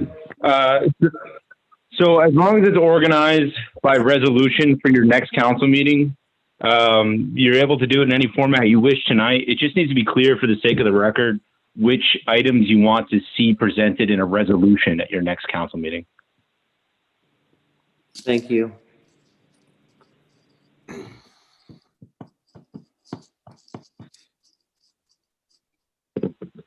Keith, next.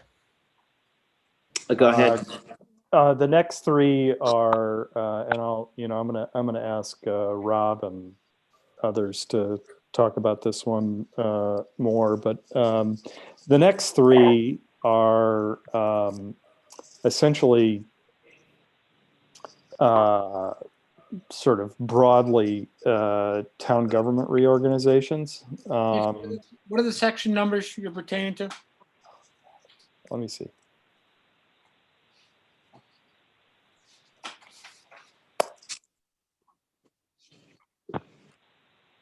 This is the first one is Article 8 regarding the creation of Section 805. Human Services. Keith, you're talking about, yes, Administration and Human Services, but I was trying, in order to move a bit of the conversation along, to say that these next 3 are really 3 different resolutions kind of about roughly the same thing. The Department of Public Works one is really about whether the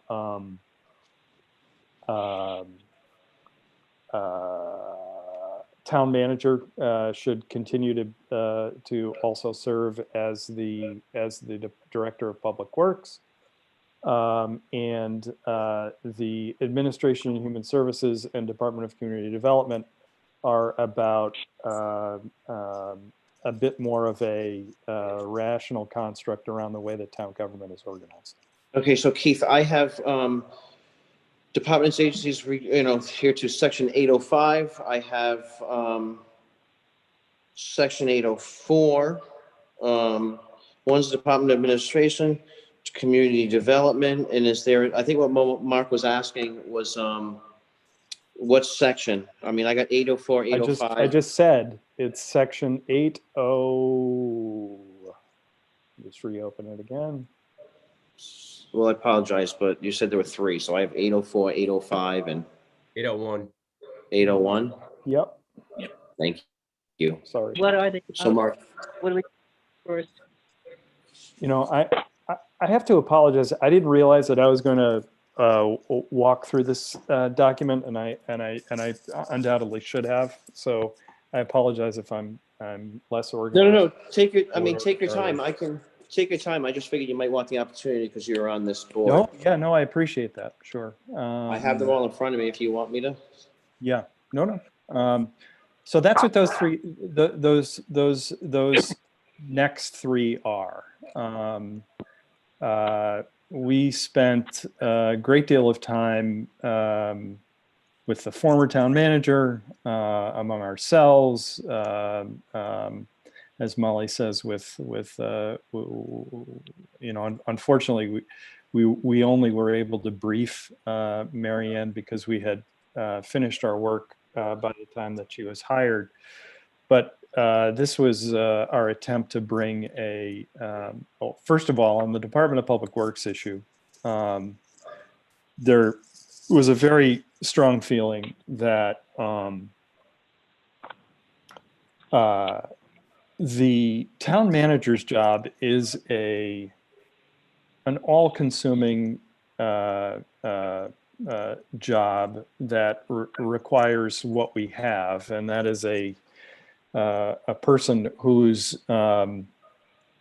profession is the running of a town government, and I think we learned tonight how extraordinarily valuable it is to have someone as good and competent as we have.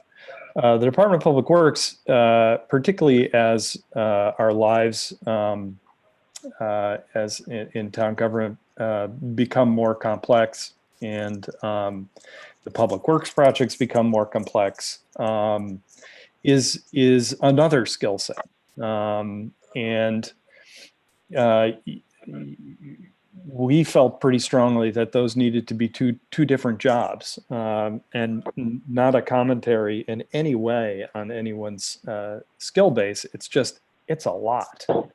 And we felt that this was a better structure and organization. Now, for Administration and Human Services and for Community Development, we were not thinking about hiring new people for those. We have extraordinary talented long-term employees in both of those areas, and viewed this as an opportunity for them, and as I say, a more rational construct around the way that our town government is organized. Okay, do we have the financial implications here? Yes, I have those here in front of me. If you would like, with these three particular, I can go through them if you would like. Yeah, because I just too many times heard, oh, it's not going to be an extra person, and 2 years later it is. I can tell So you the way we financed these out, we did take all three of these and we made it an extra person. And based as I read it, I see it as this person is above all these other folks. So I can tell you what we've come up with. Regarding the Director of Public Works, and this is total compensation, 93,000 to 146. I think it's going to be closer to the 146,000 for this position. I don't see us bringing anyone in under $100,000 salary-wise for that position. Director of Department of what we're calling the Community Development. That salary and total compensation is a little lower. We're thinking that as a grade H, where the Department of Public Works, we think will probably end up on a grade I. Director of Community Development, 93,000 to 124,000. And Director of what I'm calling Human Services, Director of Administration and Human Services, I'm sorry. We think that's going to be in line with the Director of Community Development of 93K to 124,000. I throw out a couple of things regarding these departments, which I may defer to our town solicitor on. Specifically in the Department of Administration and Human Services, I see the library there. There's some Rhode Island general laws regarding library and how they are staffed, funded, and organized. So I would ask her to review that in detail. Also, the sewer currently also has enabling legislation. There is an ordinance that allows us to go before the General Assembly to change the legislation to allow sewer to fall under the Department of Public Works. Currently, that's not the case. It is a separate organization. And one more thing I would like to point out, we have a conflict here, and this is probably an easy fix, I guess I would call it. That under the Department of Public Works, we have the Building Inspector's Office, but yet under the Department of Community Development, you also have building, minimal housing zoning. I think you got those in two places. So that's just more of an editorial comment, I guess. So that's what I have. That's exactly what I thank you. Thank you, Mary Ann. Any questions from council? Sven? Which one are we on? I'm just following up. Do you have another follow-up for your question on that, Martha? No, I don't. I just, no. Okay. Sven, you had your hand up? I did, but it was addressed. Okay. And well, but a second question, and maybe Keith or somebody on the committee can help me with this. I'm separating personally the DPW situation versus the community development and the administration of human services. And those two seem to me that they're in the charter, they're painting the structure of government versus the town manager deciding how best to lead that. And I guess to the committee, what was sort of the thinking in that versus the town manager structuring it that way? I mean, being in the charter is very different than the desire of the manager. So if you could help me with those two, that would be very helpful. Hopefully that makes sense. I just was, with what you were just saying, Sven, I was just wondering, we sent a letter after our last work session. I believe it was on October 30th, and I just wasn't, that was designed to help kind of clarify our position on this. And I just was checking to see if everyone received that letter. If not, I do have it in front of me to kind of go over some of our thoughts behind this, because it wasn't necessarily that we're implying that we were picturing the hiring of 4 separate people, but as one of the later paragraphs say, we were thinking more that the town manager would still be responsible for the administration and human services, but the Department of Public Works would be would encompass the community development component of it. So it's really just hiring one additional person, relieving the town manager from some of those duties, but they would still be in charge of the human services and administration. Right. No, Lisa, my question that helped clarify it. Right. My question was a little different than that. So I'm not Okay. talking about the DPW thing.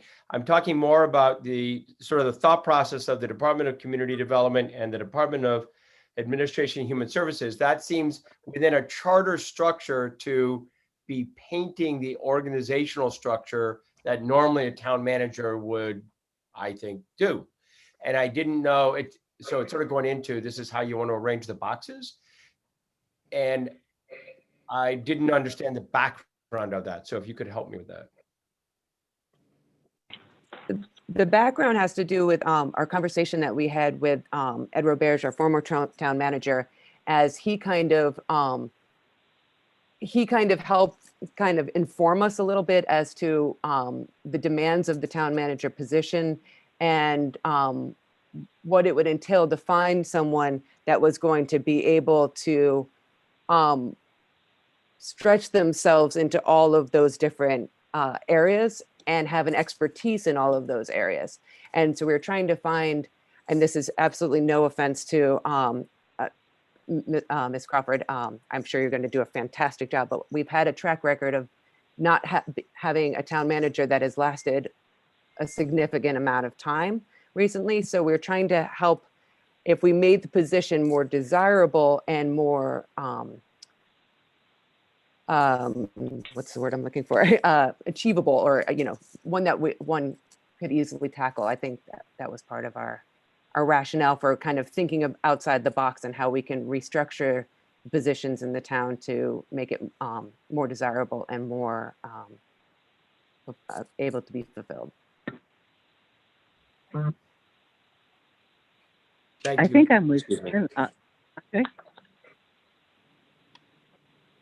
Go ahead. Hello? If Go I ahead, may. Martha. I'm kind of a fan on this. I understand the separation with the Department of Public Works. I think we've all known that was coming for a very long time, since the original charter was done way back when.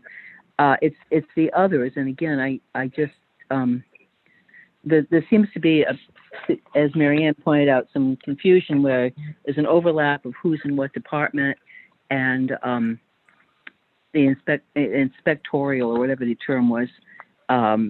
The library, that was the other thing I had circled, but that doesn't seem to fit.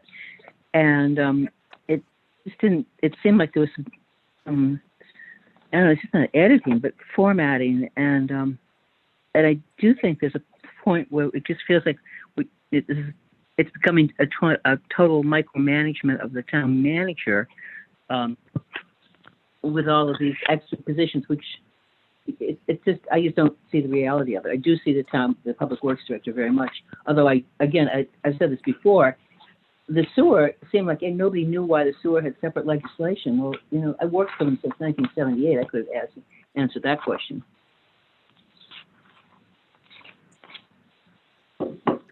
Thank you, Martha. Lisa, do you have your hand still up? No, Lisa, Rob? sorry. No, it's okay. I think I can put it down for you. Sean McGarry? Thank you. As I was saying before, the Democratic Town Committee has followed this process extensively. We had many meetings where we discussed the process. And over the years in past charter commissions, the charter commission is appointed by the town council.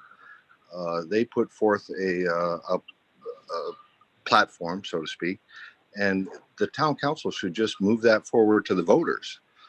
They put a lot of time into this. They vet the community on these issues, and for the people who these changes affect, like council members, like administration, to make the final decision of what's going to be put forth is, you know, it's kind of the, you know, fox guarding the chicken coop. I think you should let the voters, you appointed the committee. They've done extensive research and come up with these ideas. I think you should let the voters make the final decision. I think continuing this discussion in a council meeting is not productive. And I think it belittles what these people have put their time and effort into. And thank you. Andre, I am not going to discount the hard work that this group did. My concern is putting this forward to the taxpayers with that bottom line of 3 individual new positions. Whereas I'm very open-minded about the public works, I don't think the town is going to embrace 3 positions at those salaries. Now, I am in favor, definitely, of lowering the amount of work the town manager is doing if it's advantageous to getting decades-long problems taken care of on Block Island, like the mopeds, like deer eradication, like the triangle discussion we're having now that's been out there for decades, like pedestrian and bike lanes. So as a means to that end, I think that a Department of Public Works would work on this, but I don't think we can sell 3 positions where we're talking almost 6 figures.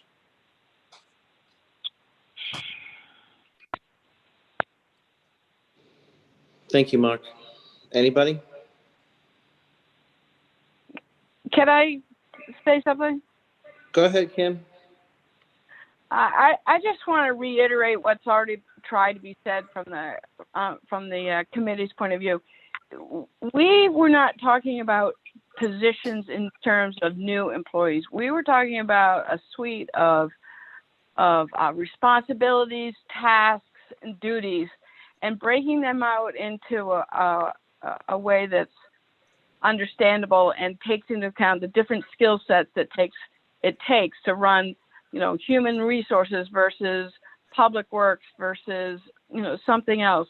We don't, you could accept it or not, and obviously some of you don't, but this does not need to be positioned. It needs to be looked at from a systems point of view of tasks, responsibilities, and duties, and put them in the right department that already exists. It does not have to be new people, and I think to sort of, I feel we're being sandbagged, frankly. Coming up with, did everybody have access to the information that you were trying to figure out how much it's going to cost for 3 new people or 4 new people? I mean, we've tried to make it clear that it really doesn't have to be people. It's not what we're talking about, a structure. Thank you. I can't say it any better. That's the best I can do. Thank you, Kim. Appreciate it.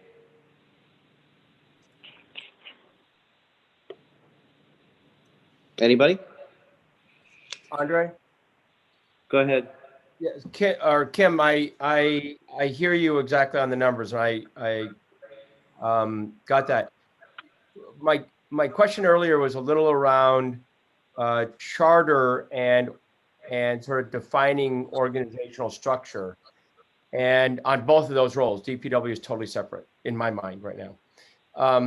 Could you just help me with your thinking as the committee was doing it, or anybody on the committee, at least explain a little bit, but defining structure in the charter versus the manager doing that, and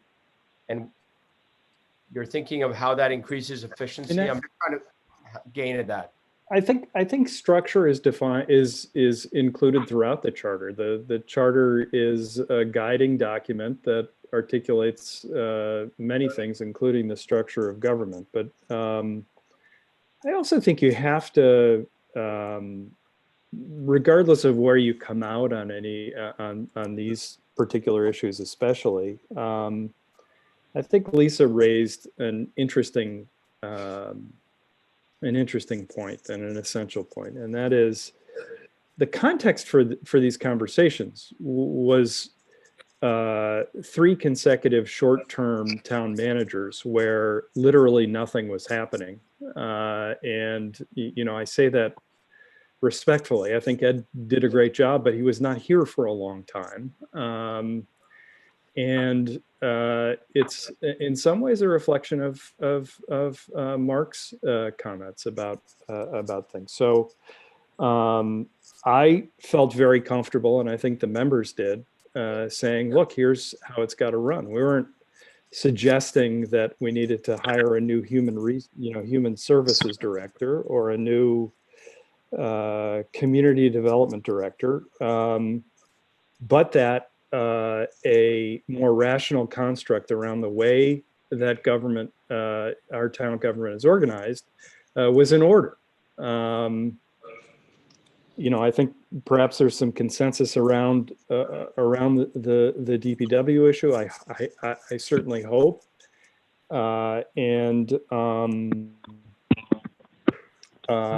you know,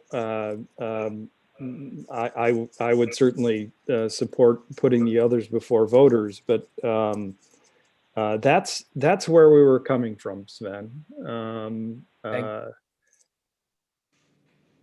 Thank you, Kim and Keith, for clarification. Thank you. I'm just, thanks for that clarification, Keith. So we have three, do we have any more comment on this?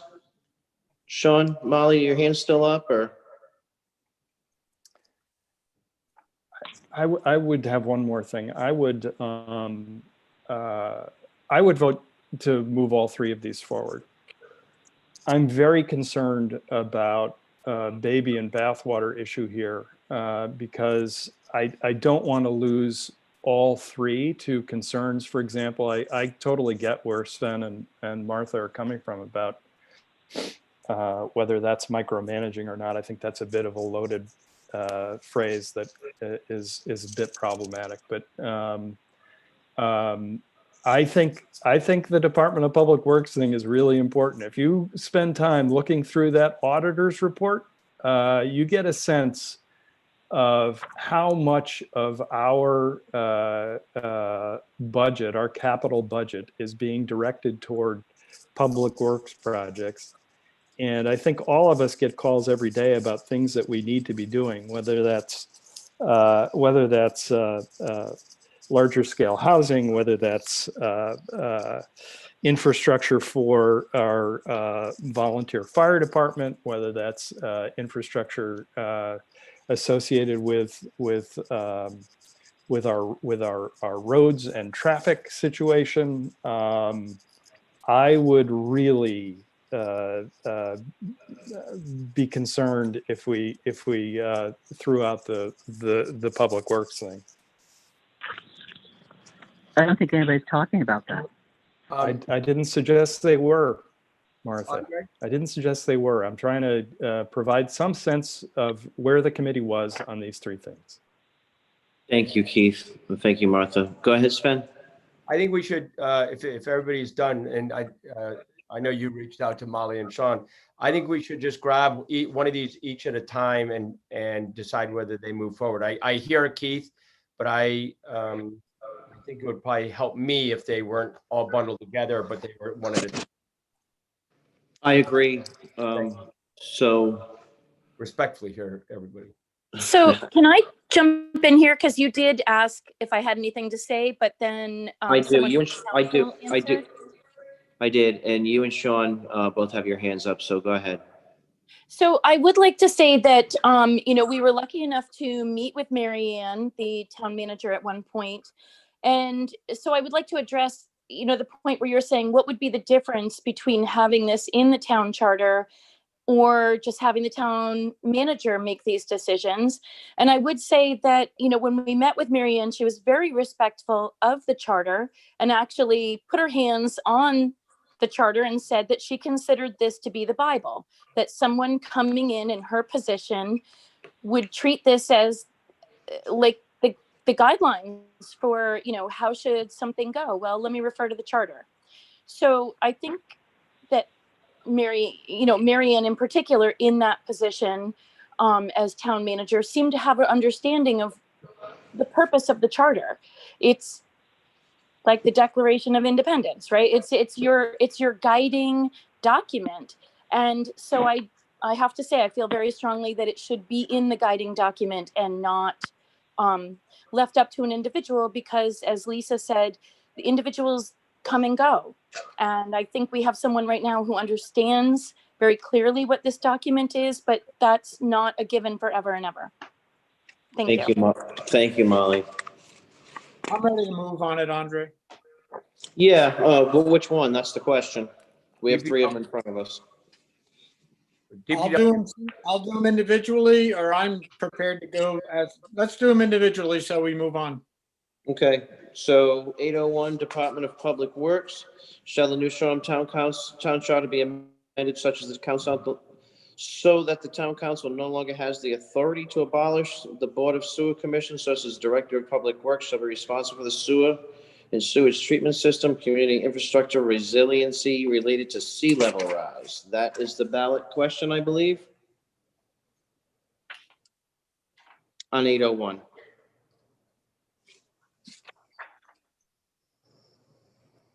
Correct? You need a second, Andre? No, I'm asking if this is the one which you want to talk about. I'm just doing them in order: 801, 804, and 805. Okay.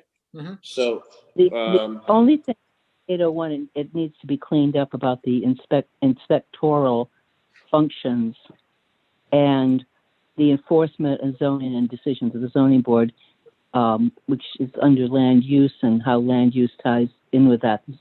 There's something, this is an opportunity to get some things straightened out that haven't been. And I think that language goes way back, but it needs to be clarified. I have to say something really embarrassing. I thought that when we're talking about Public Works, we were talking about the later town manager resolution, and that was my mistake, and I apologize for it. Well, that's why we're here. That's why we're having this meeting. So Andre, I apologize to the members because I was talking about the split between the town manager and the Department of Public Works job, and went down that road, and I had my own momentum. So I'm sorry. I'm so sorry about that. No. That's why we're here. I only worked on it for 18 months. You'd think I'd know, but No. Don't worry about that, because that's why we're here. We're here to discuss Sorry. it and move things forward. And don't apologize. Sorry about that. So 801, we moving it forward? So just to clarify, 801 is in essence, Keith, correct me, that a Public Works, a DPW will be there's a DPW separate from the town manager. That is actually in the town manager resolution, which you'll see later on the agenda. This one, if I recall correctly, deals with the things that would be under a Department of Public Works. It adds to those, and it takes out the language that I wish we had consulted with Martha about, that we were all confused by, which is you'll see that language with all the lines through it, sewers. That it would remove that because we couldn't find sufficient rationale for it. But I'm happy if you want to press this one forward to work with Martha on cleaning this one up, because I think she's right. I think we learned from her both in our presentations this fall and tonight that perhaps we did not have sufficient information about A. I can't clarify any further than saying the law was there to build a sewer, and that has got to have legal review to fit with this. I mean, and then the districts also tie into that. I don't know how that all interfaces.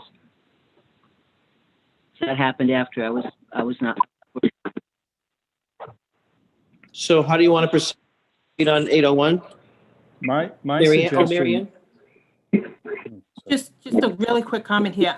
Can I make the assumption that the ones you're saying yes, that you'd like to bring forward, will have the town solicitor review prior to and finalizing the resolution for you folks? And Is I that see correct? the town. Yeah, these are going to move. What we're moving forward tonight is going to go to Kathy Marola, our solicitor, for legal review for the town. Okay. May I make a suggestion here, Andre? Just Sure. because I think, believe it or not, we started virtually every meeting trying to figure out this sewers language. I don't think it it hurts having it in the charter.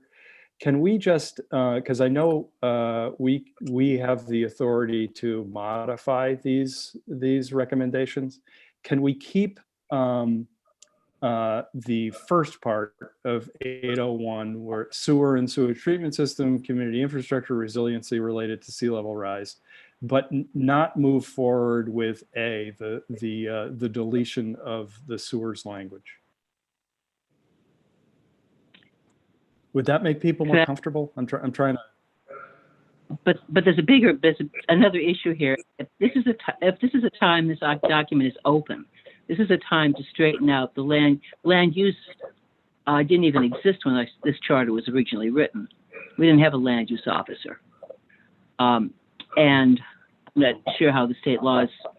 I don't have the timeline on any of that. But this has got the second part. The ending part of 801 has got to be rearranged depending upon what happens with land use. It's all kind of tied in together. I think in principle, I am in favor of this going forward as long as it gets cleaned up. Great. Okay, so cleaned up. I was just trying to make people comfortable. I think I misunderstood you a little bit, Martha, on A, that sewers language. I apologize. Andre. Go ahead, Sven. I apologize. And Keith, I'm glad you actually said all that, because I thought this was 801 was approving a DPW separate from the town manager, but it's really about the responsibilities. But wouldn't we say that if we're voting, if we move 801 forward, we're also moving the creation of a DPW position forward? I mean, we're sort of going, we're saying the same thing, right? But we're not. It's a separate. Yeah. I'm sorry. Excuse me. I know it's separate, but I guess to do 801, we're gonna, in essence, we're agreeing to do a DPW separate from the town manager. We're moving it forward. Go ahead, As Martha. Keith said, this goes to town manager. The section of the town manager says the town manager shall not be, and that's what really creates this, is a separate entity. I know it's a little bit of the cart before the horse is my point. And so we're really agreeing to that section if we agree to 801, which is good with me. I'm there. I'm fine. I'm just making sure I get it. I guess I am personally much more comfortable about having a director of public works separate from the town manager and this role than I am about the organizational structure in 805 and 804. That's my personal opinion right now. Does that make sense, what I just said, Keith? Yep. No, yeah, it does. I mean, this section was, look, there are things, and I think this, is a subset of what Martha was talking about cleanup. But there are some things that aren't included in our Department of Public Works that have become much more compelling issues, like sea level rise. You know what I mean? Yeah. Now, who thought about sea level rise when you were, when you were first talking about a director of public works? Nobody. Or land use, as Martha says. Yep. So I'm willing to move forward on 801 personally. As am I. As am I. So 801's off. Martha?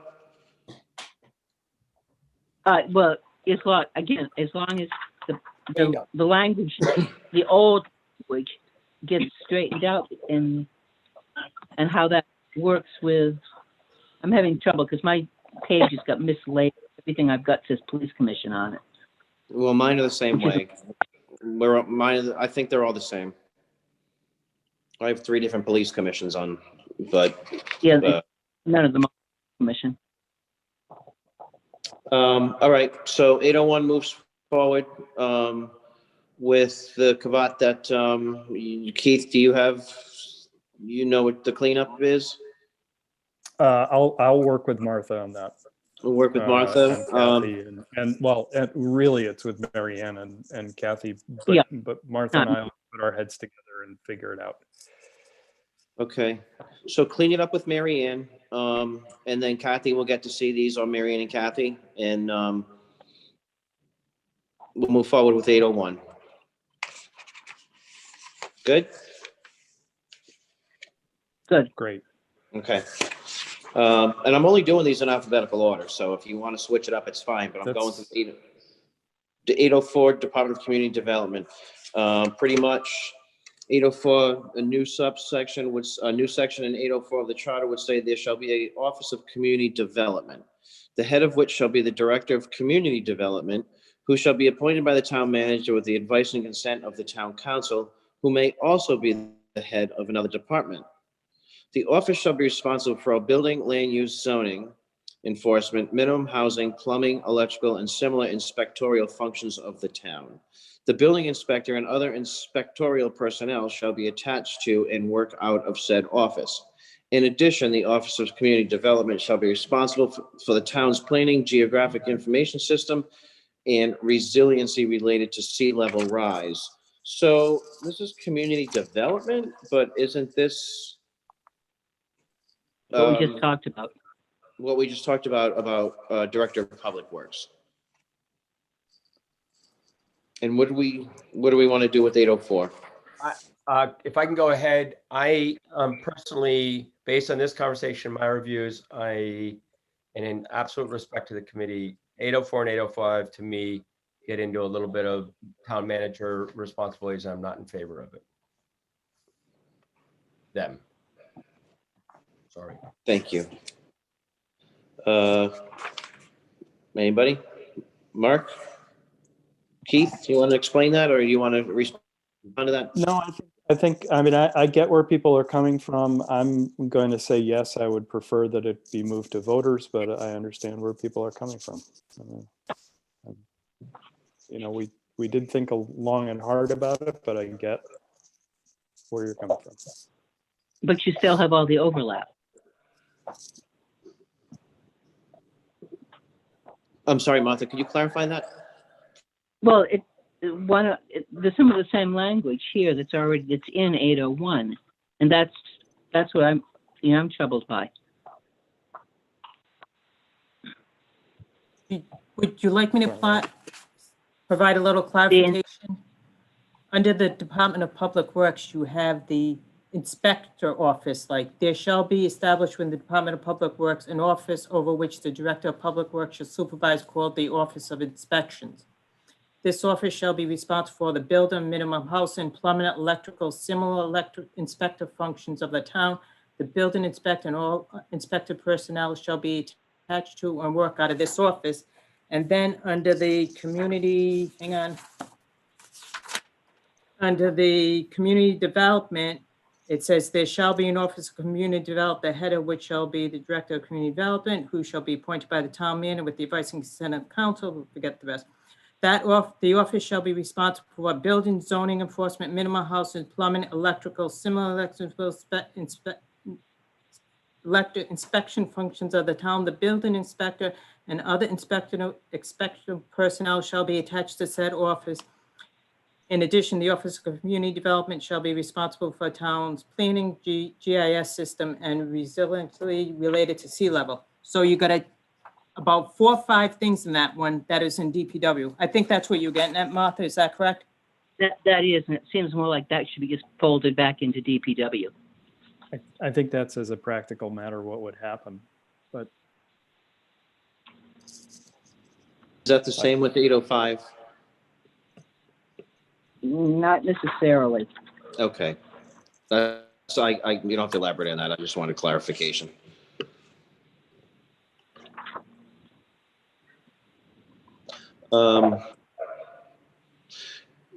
So,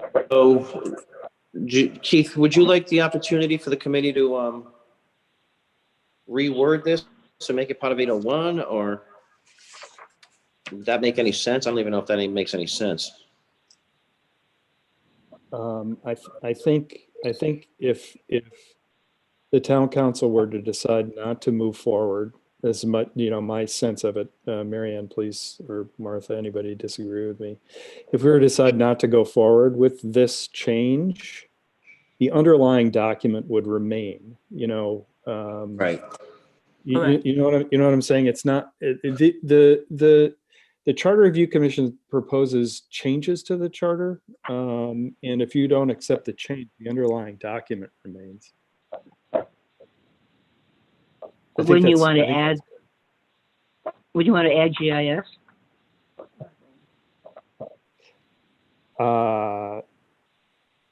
Yeah, I think there are some things that we should add. Yes.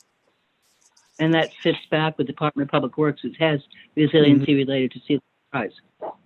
Okay. Let me suggest that Martha, you and I go and Mary Ann go through the things, the new things that we identified as being important to these functions, and include them in that DPW resolution that we just agreed to move forward. Does that make sense? Does to me. Does that make sense to you, Martha and Mary Ann? Yes, I'll be happy to meet with you. Thank you. Okay, so we can hold those together. That I will do that obviously with the committee, but I get a sense of the direction here, and we'll figure that out. Okay, so 804 is going to get some work. Mark, you have any comment on 804? Now, are they going to also include reworking 805 into that revision on 801? No. Okay. I'm just having flashbacks of what a hard sell it was for a facilities manager, and just piggybacking 3 positions. But I do understand we're not discussing pros and cons. We're just getting it in the document, and then we can take it from there. That's why I was fully ready to vote on all 3 going forward and letting the voters decide. Thank you, Mark. Lisa, Rob?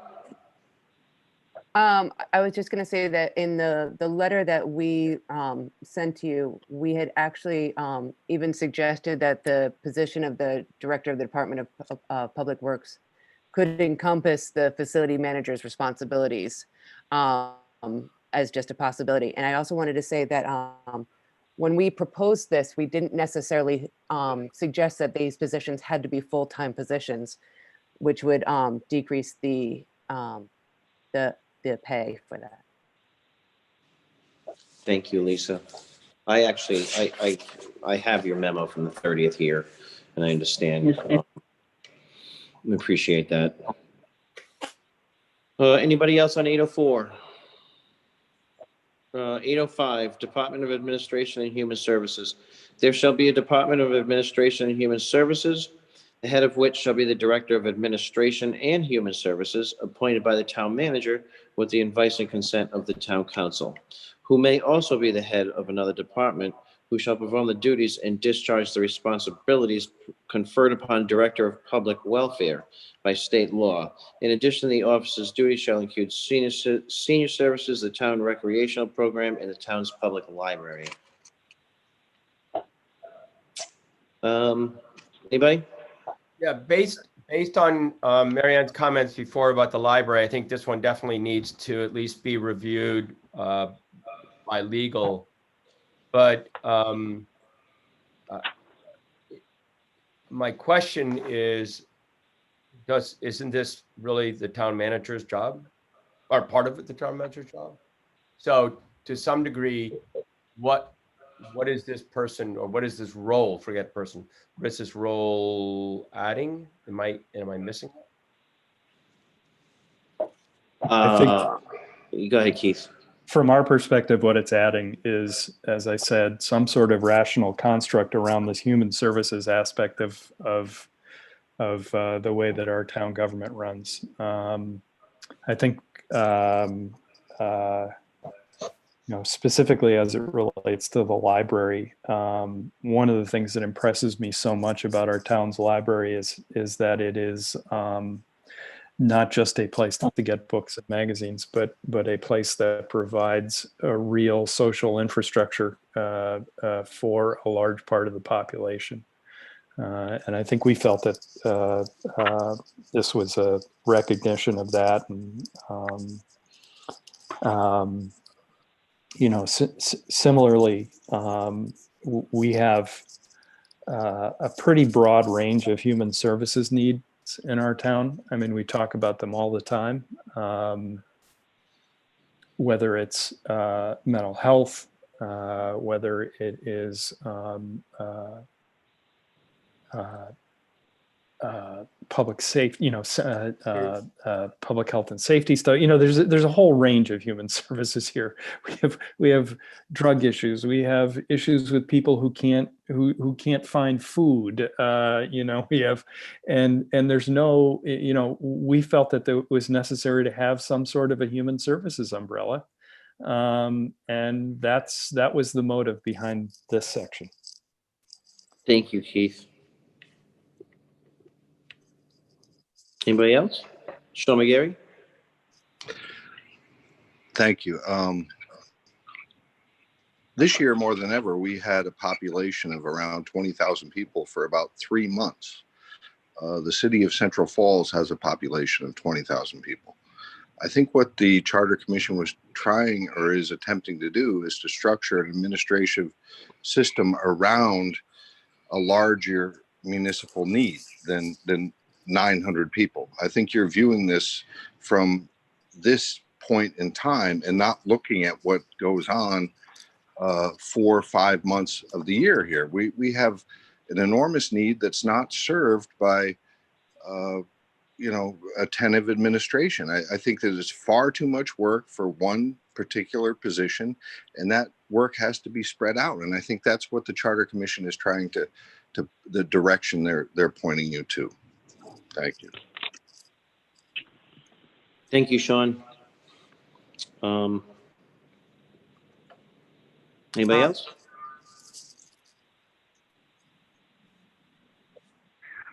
Well, we keep hearing that, as Martha again, we keep hearing that these things are going to be positions that aren't going to be new positions. So where did the Charter Commission see this fitting?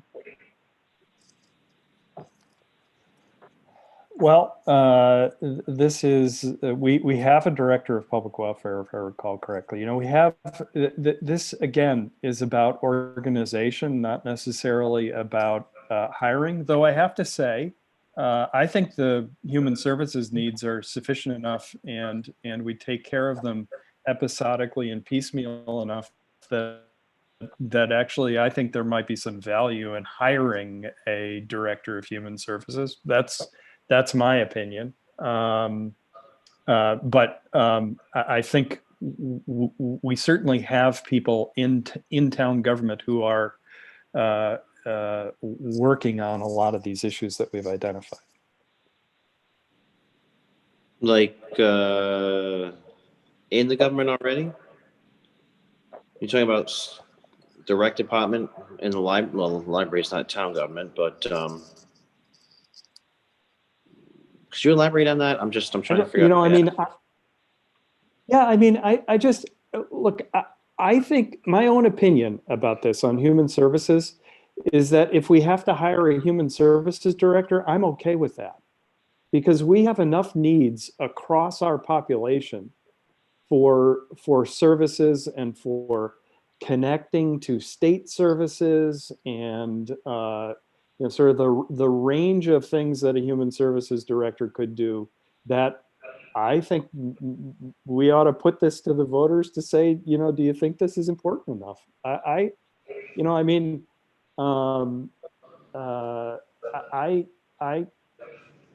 don't know.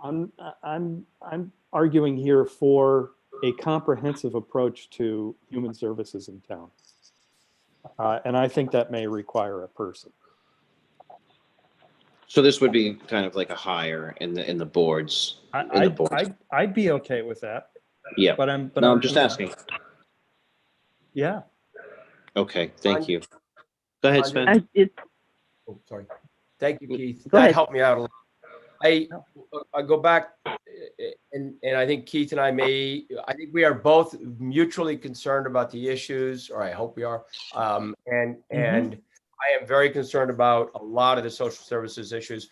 I go back to a little bit, is this a charter piece or is this potentially adding a position, much like we did with facilities manager, if that's the way, and how to then integrate that to the library? So I think there is clearly a need. I do question whether this is really a charter discussion on this one issue. Thank you. I agree, Sven. Thank you. Sean and Molly, your hand's just not down, or do you want to say something else? I have something to say about this if you. Yeah, go ahead, Molly. So I think if you were to do this visually, if you were to visualize each one of these little jobs as like a Lego brick, right? And right now we have all these Lego bricks structured in one way, and then we take them all apart and we restructure them in a different way. But the job didn't change, and it's just that the structure changed, right? So instead of having whatever the job Marianne Seebeck does and the job that the senior advisory board job and the public welfare job being all separate, you would take them and you would click all those bricks together, and that would be one job. We're already paying two of those people, right? So we're not talking about adding a job, we're talking about restructuring so that all of our public services are together, and we're paying one person to do that job. So it's the same way with a lot of what we discussed at the Charter Commission, that we're just saying, let's take apart all these little descriptions and reassemble them in a different way. And that is exactly the way that the previous town manager, explained a lot of this to us. Amy Land was in on that meeting, and I think she seemed to be on board with some of the ideas that were being floated around there. We're not talking about creating new jobs as much as we're saying, like, let's just take all these things we're already doing and restructure them. I don't know if that makes it any clearer or muddies the water. No, I thank you for that. And obviously, if we need the positions, we'll work on that and getting them. And but I guess go to what Sven has been saying. Does this need to be in the charter? Like, why? I would say, does it not need to be in the charter? Yeah, but present a good reason why it doesn't need to be. If I can, Molly, and it's literally sort of my thinking, like I like the creation of the DPW versus town manager. I got that. I'm way in there. On this one, this is, to me, and I didn't use ever the term micromanaging, Keith, but to me, this is a town manager's job or a town council's job trying to figure out, as needs change and merge, how to organize. So this, to me, feels like it's getting into, from a charter point of view, this feels like it's getting into managerial decision making, and maybe I'm wrong. That's why I don't personally. That's why I've been asking all the questions. So thank you. I think the questions are all good. I really do, because it very much reflects what we went through for almost a year and a half, with God knows how many meetings. But so just to sort of give you a sense of where we were coming from on the sort of, is this micromanaging? Is this? I mean, I think if you look freshly at charter document, I don't think it's a bad idea to say, look, we're going to have a Department of Human Services, just as we say we're going to have a police force, and we're going to have this, and we're going to have that. We're going to have a coherent human services department. We're going to have a department that where we put all of these issues related to public buildings, sea level rise, et cetera, in a Department of Public Works. We're going to have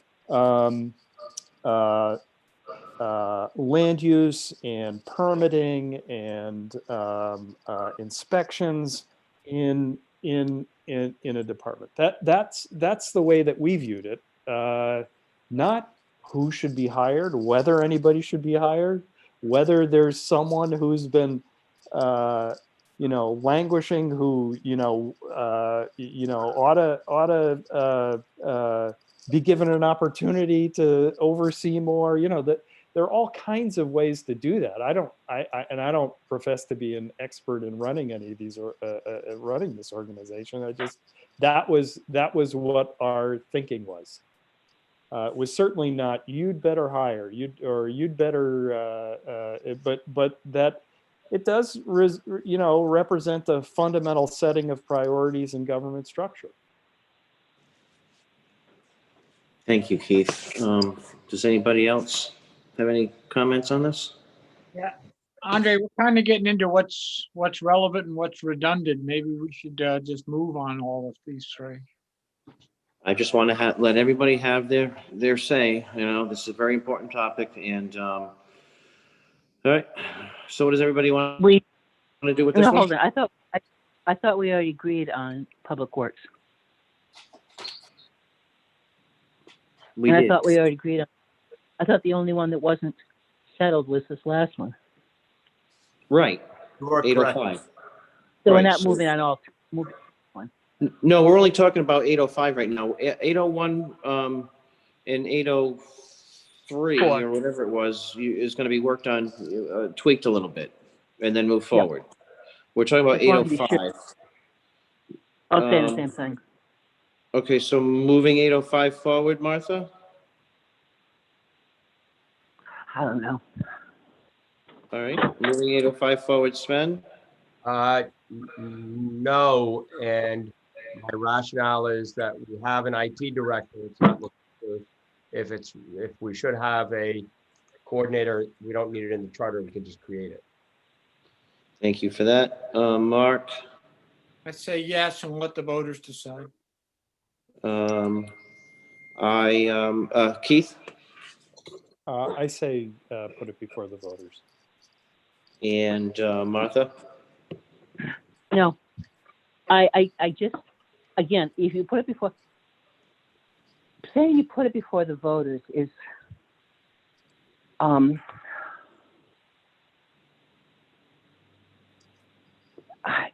me, that's just a cop-out. If you're saying either you're endorsing it or you're not endorsing it, and you can go to not endorse it, I suppose, and put it before the voters, but you can't have an up or down vote. All right, I endorse this component of the charter revision proposals. Okay, and are we moving it forward? Okay, so no's from Sven, no from me, yes from Mark, yes from Keith. And no from Martha. Okay, so we're not moving this one forward. Right. Okay, on to the next one. Next one is town council compensation. And is a provision that would provide health insurance to members of the town council. What section, Keith? It is 407, excuse me. Thank you. Thank you, Keith. You got papers everywhere. Andrea, if I can, I think the way this was the way this was presented at the last meeting was really a tool about recruiting. Yes. And, I am all in favor of anything we can do to get younger families, anybody, just more people to participate. So, and assuming this is the group has done such a phenomenal job, and assuming that this is the best tool, then I'm absolutely in favor of it. I may decline it. That was precisely our rationale, Sven. Thank you. And Martha, comment? Yeah, my only question on this would be if somebody has existing insurance that they don't want to get rid of, for whatever reason, this doesn't allow for that. This makes them become part of the town's program. This No, I doesn't think allow. it's a choice, isn't it? I think it's a choice, isn't it? Keith, could you clarify that? Yeah, you don't have to elect it. Right. I mean, if you'd Well, that's rather not what change it to, I was looking for not so much for that, but looking for the. Well, actually, I had opt out, but I also had. This appears to be. It says commensurate with coverage provided. So are they part of the town plan or not, or is it either or? That wasn't clear. we to me. made this, thank you, Martha. We made this change, if I recall correctly, when we changed the language when we met with I believe with Mary Ann to try to take care of the technical aspect of what would be offered. I don't know whether you remember that, Mary Ann. It was I a while do. ago, I know. Let me, I'm trying to find it in my document. It's 407 under. No, it's coverage by the town's health insurance.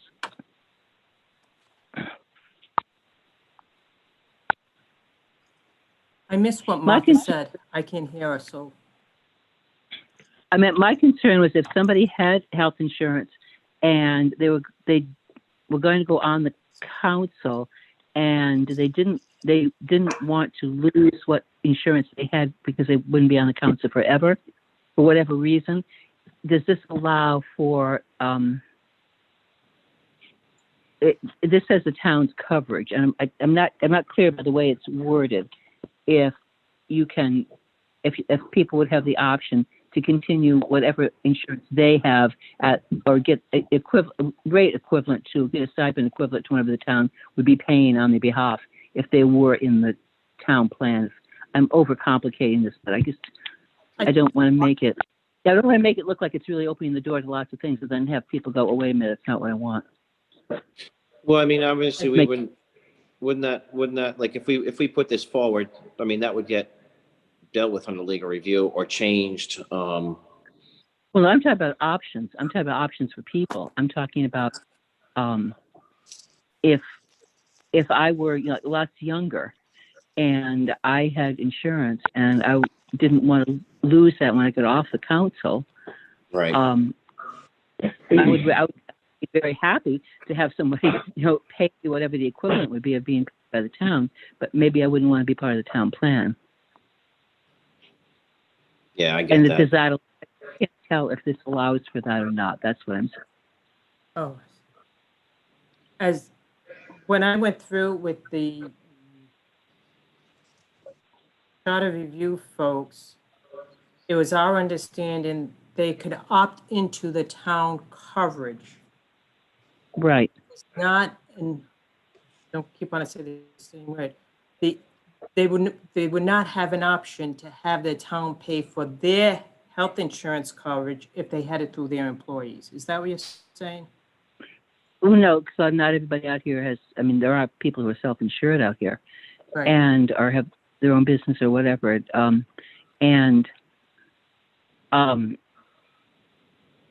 I may be making this too complicated. I just didn't want to cut anybody out.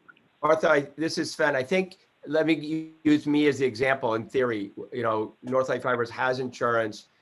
What I'm reading this as is I could leave the company insurance and go to the town or not, but it's an option. I may or may not. That's the way I'm reading it. That's what I'm reading it too. So I'm not forced to. That's my decision, but it's an option and it's an extra incentive. I'm just trying to be sure that it works for everybody. That's what I'm saying. And that, by the way, that's my choice, and I don't think I should get compensated if I don't join the plan. I mean, it's an option and it's an extra benefit. I don't necessarily participate in that benefit, and that's my choice. So I think we all want to move this forward, if I'm not mistaken, but there's some wording in there we want to tweak to make sure that people who currently have insurance are not required, right? Is that what I'm getting?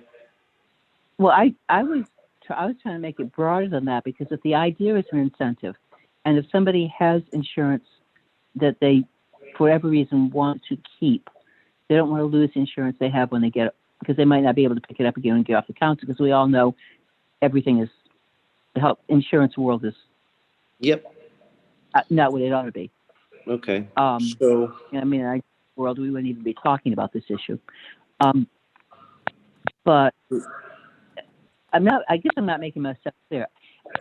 If I have insurance and I go on the town plan, I have to drop my own insurance, and then when I get off the council, I've got to pick my insurance up again, and I want to be sure. I don't want to put people in a position of maybe losing coverage.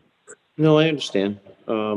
So Mary Ann and Keith or Kathy or somebody, is there any, wording you could work on this to make sure that doesn't happen? Sure. What was the intent? Yes, is the question. I think the intent was exactly what it is. It's just, it's another tool to help maybe get people to run for office. Andre, I have another concern. Okay, go ahead, Mark. And if you saw me chuckling, maybe Doug and maybe Kim are chuckling also, if they're still listening, because 30 years ago it was our council that did away with this, compensation of sorts, in hopes that it would kind of snowball and hopefully go to other employees from the town. It didn't happen, but we have evolved, and this does seem a good means to an end to get more people involved to run for town council. My only concern is some businesses that provide this, let's say, a perfect example on Block Island, a town council member's wife or husband is a teacher at the school, and they have full family benefits. Some companies will give you the balance of not taking that. I hope that wouldn't be part of this, would it? No. No. Oh, I don't know. But I know what you're saying. Andre, They can't Andre, trade Bill it in McComb, for I have a cash. question at some point. Yeah, Bill, I see your hand up. I'm just waiting for the counselors. Okay, thank you. Very I good. got Thank Bill. you. I got Bill, Sean, and Molly. Companies will give you the balance of not taking that. I hope that would be part of this, would it? Okay, something screwy. No. No. Oh, I don't know. Well, I know they keep hearing it. 497-51. Okay, thank you. Very good. I got Bill's phone and Molly.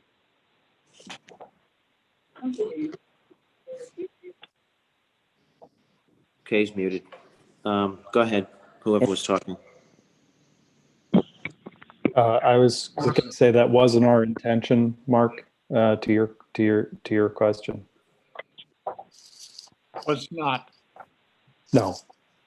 This is really just, look, it's another reason to run. It's potentially, it is a lot of time. There's a lot of work that goes into it.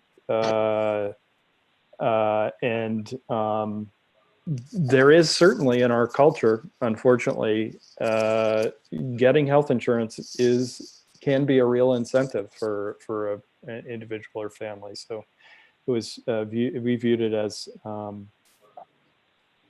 way to try to induce people to run.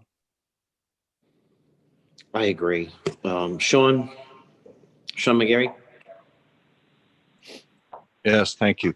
This is an easy one. Ethically, you can't vote one way or the other. This one automatically goes to the taxpayer. So, thank you. Bill McComb? Well, it wouldn't impact us. Bill McComb?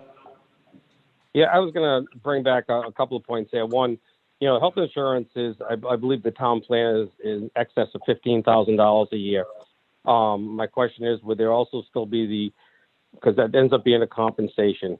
If someone doesn't take the health insurance because they either covered elsewhere, it might be, will there be something in lieu, as Mark had said before? Because essentially, it's not fair equity. If you're giving one person would cost the town $15,000 a year, and because, you know, suppose Councilman B has maybe his wife or works for the town or whatever it may be elsewhere, so then they don't receive it. And that's why a lot of companies give the other in lieu of, because it actually ends up being a cost of, like I said, in this particular case, everyone takes a $15,000 a person.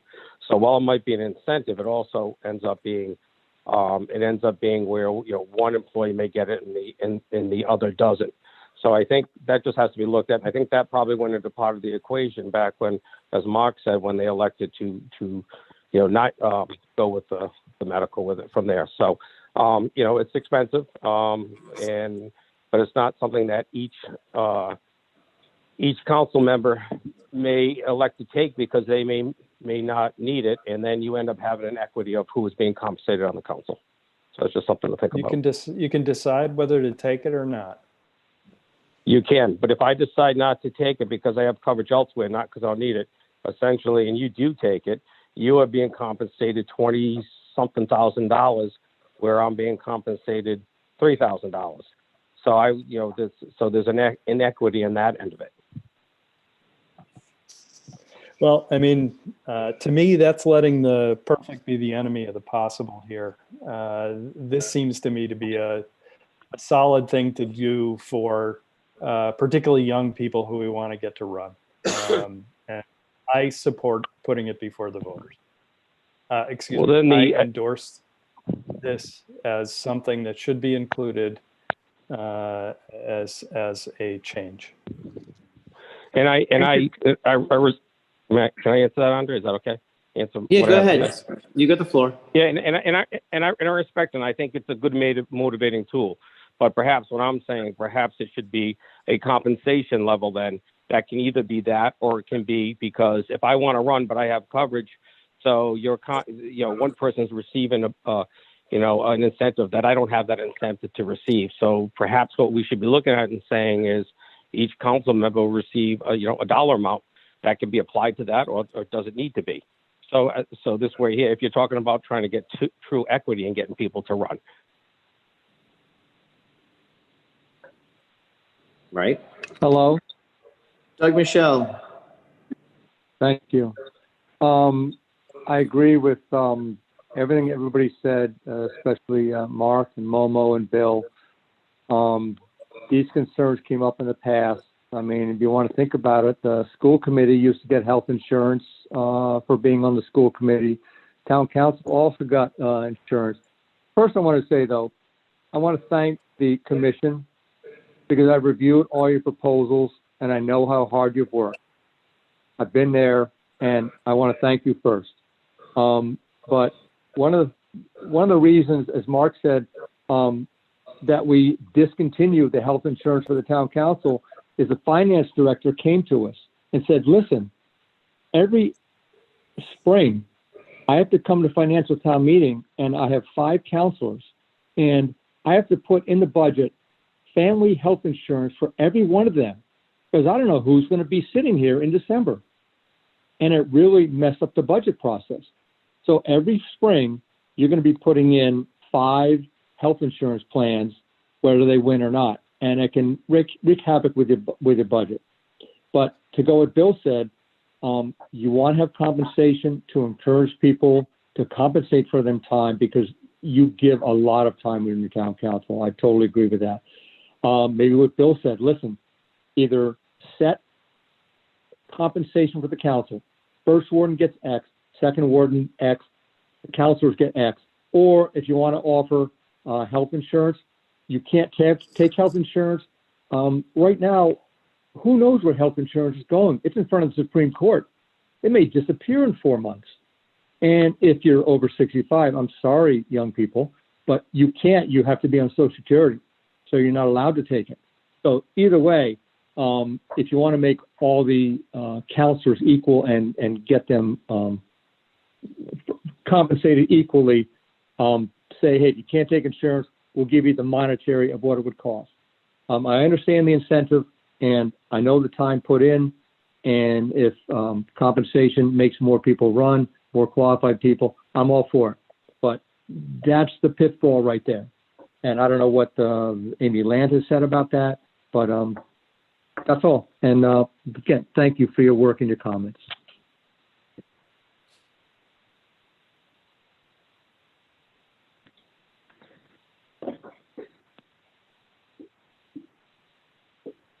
I'm done.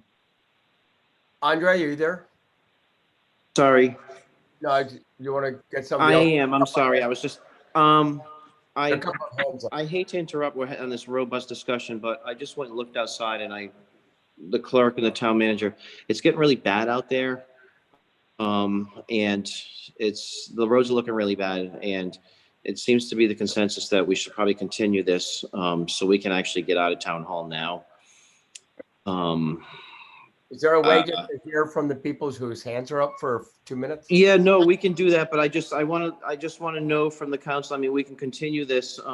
We have a meeting with the school. We have a meeting with the school committee on Monday, and I'm wondering if you guys would be interested in doing that, because I just got up and, like I said, I just got up and looked outside, and it's, and Molly and Mary Ann came in at the same time, and we're kind of like, can we continue this, and so we can get out of here. So yeah, continue the discussion on this. Molly and Dylan had their hands up. I don't know if Bill had his hand up still, but Bill, Molly, and Dylan, by all means, Molly, you've been waiting the longest, I would think. So go ahead.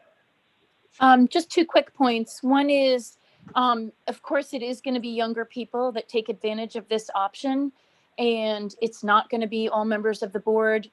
Everybody keeps reiterating the same thing, that they want younger people. This is how you get younger people.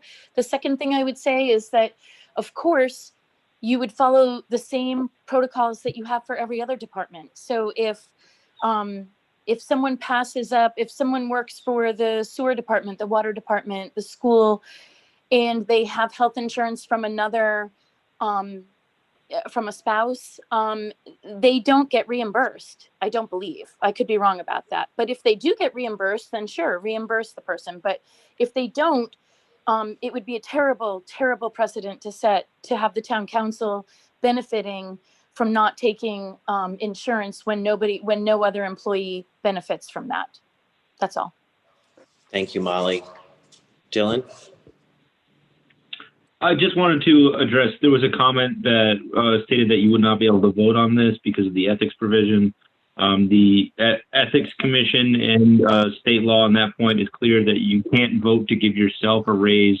Currently, any sort of increased compensation for the council would not be effective until the following election. Correct. Thank you. Any more hands? Molly, Bill McComb? Yeah, mine was, yeah.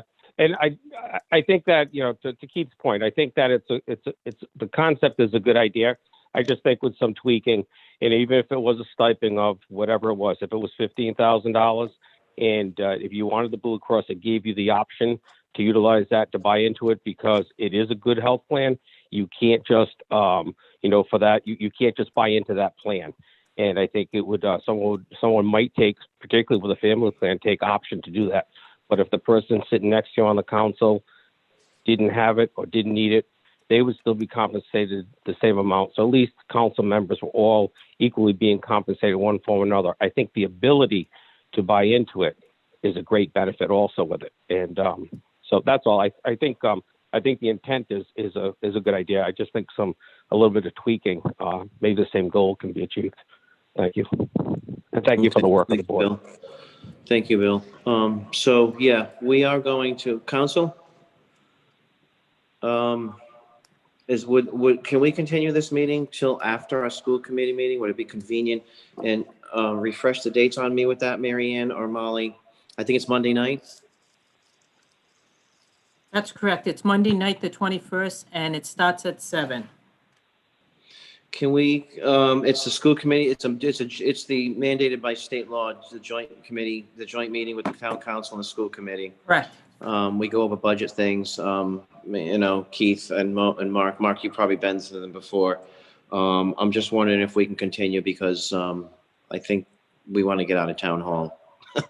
Yes, absolutely. See if we can get home. You guys at home, and in your jammies. I know. What about 5 Seriously. o'clock before? So would that be okay? Can everybody make Monday night after the school committee meeting? What about 5 o'clock before? I'm just saying if the school committee meeting goes from 7 to 9, that means we're on 9 to 11 and we're gonna get pretty tired. Is it go before? The school committee never goes that long, does it? No, it doesn't. We just discuss budget issues and whatnot.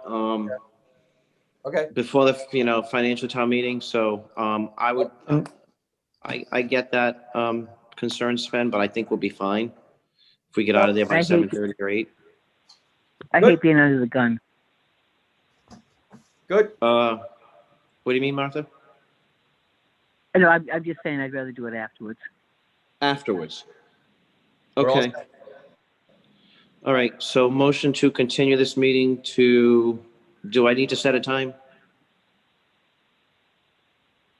Right now, Molly or Mary Ann? Hi, we actually have enough time to post the meeting tomorrow without a continuation. So Okay. let's regroup and I'll speak to Mr. Convery and make sure you're first on the agenda and figure out a time. We are, I already saw the agenda. We are first on the agenda. Perfect. We're out first. Okay, so, motion to adjourn until, continue this meeting until Monday, till a time set tomorrow by the clerk. Is that okay? Yes. Due to adverse weather conditions. Do I have a second? Drive safely, everybody. Jeepers. Second. Thank. All those in favor? Martha? Bye. Aye. Oh. Mark, everybody? Yeah, I don't oppose. I'm the one that wants to get out. Yeah. Get All out of right, there. well, listen, thank you so much. I apologize for this, abrupt ending, but I think it's probably best to be safe with us driving home tonight. It's not just you. Get out there. Careful. Get home. All right, thank you so much. And All thank right, you to the thank you. committee so much. And it's that Santa putting all this snow out there. All right, thank you. And Okay. We continue, Andre, we continue the whole agenda, the whole rest of the agenda. I'm sorry. I'm sorry, Never Martha. mind. I Never believe mind. we are. Yes, the meeting's continued. Continue, yes.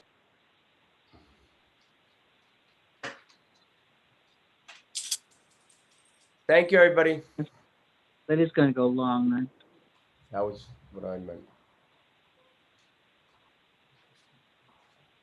Oh, good night. Are we adjourned? I guess we're adjourned.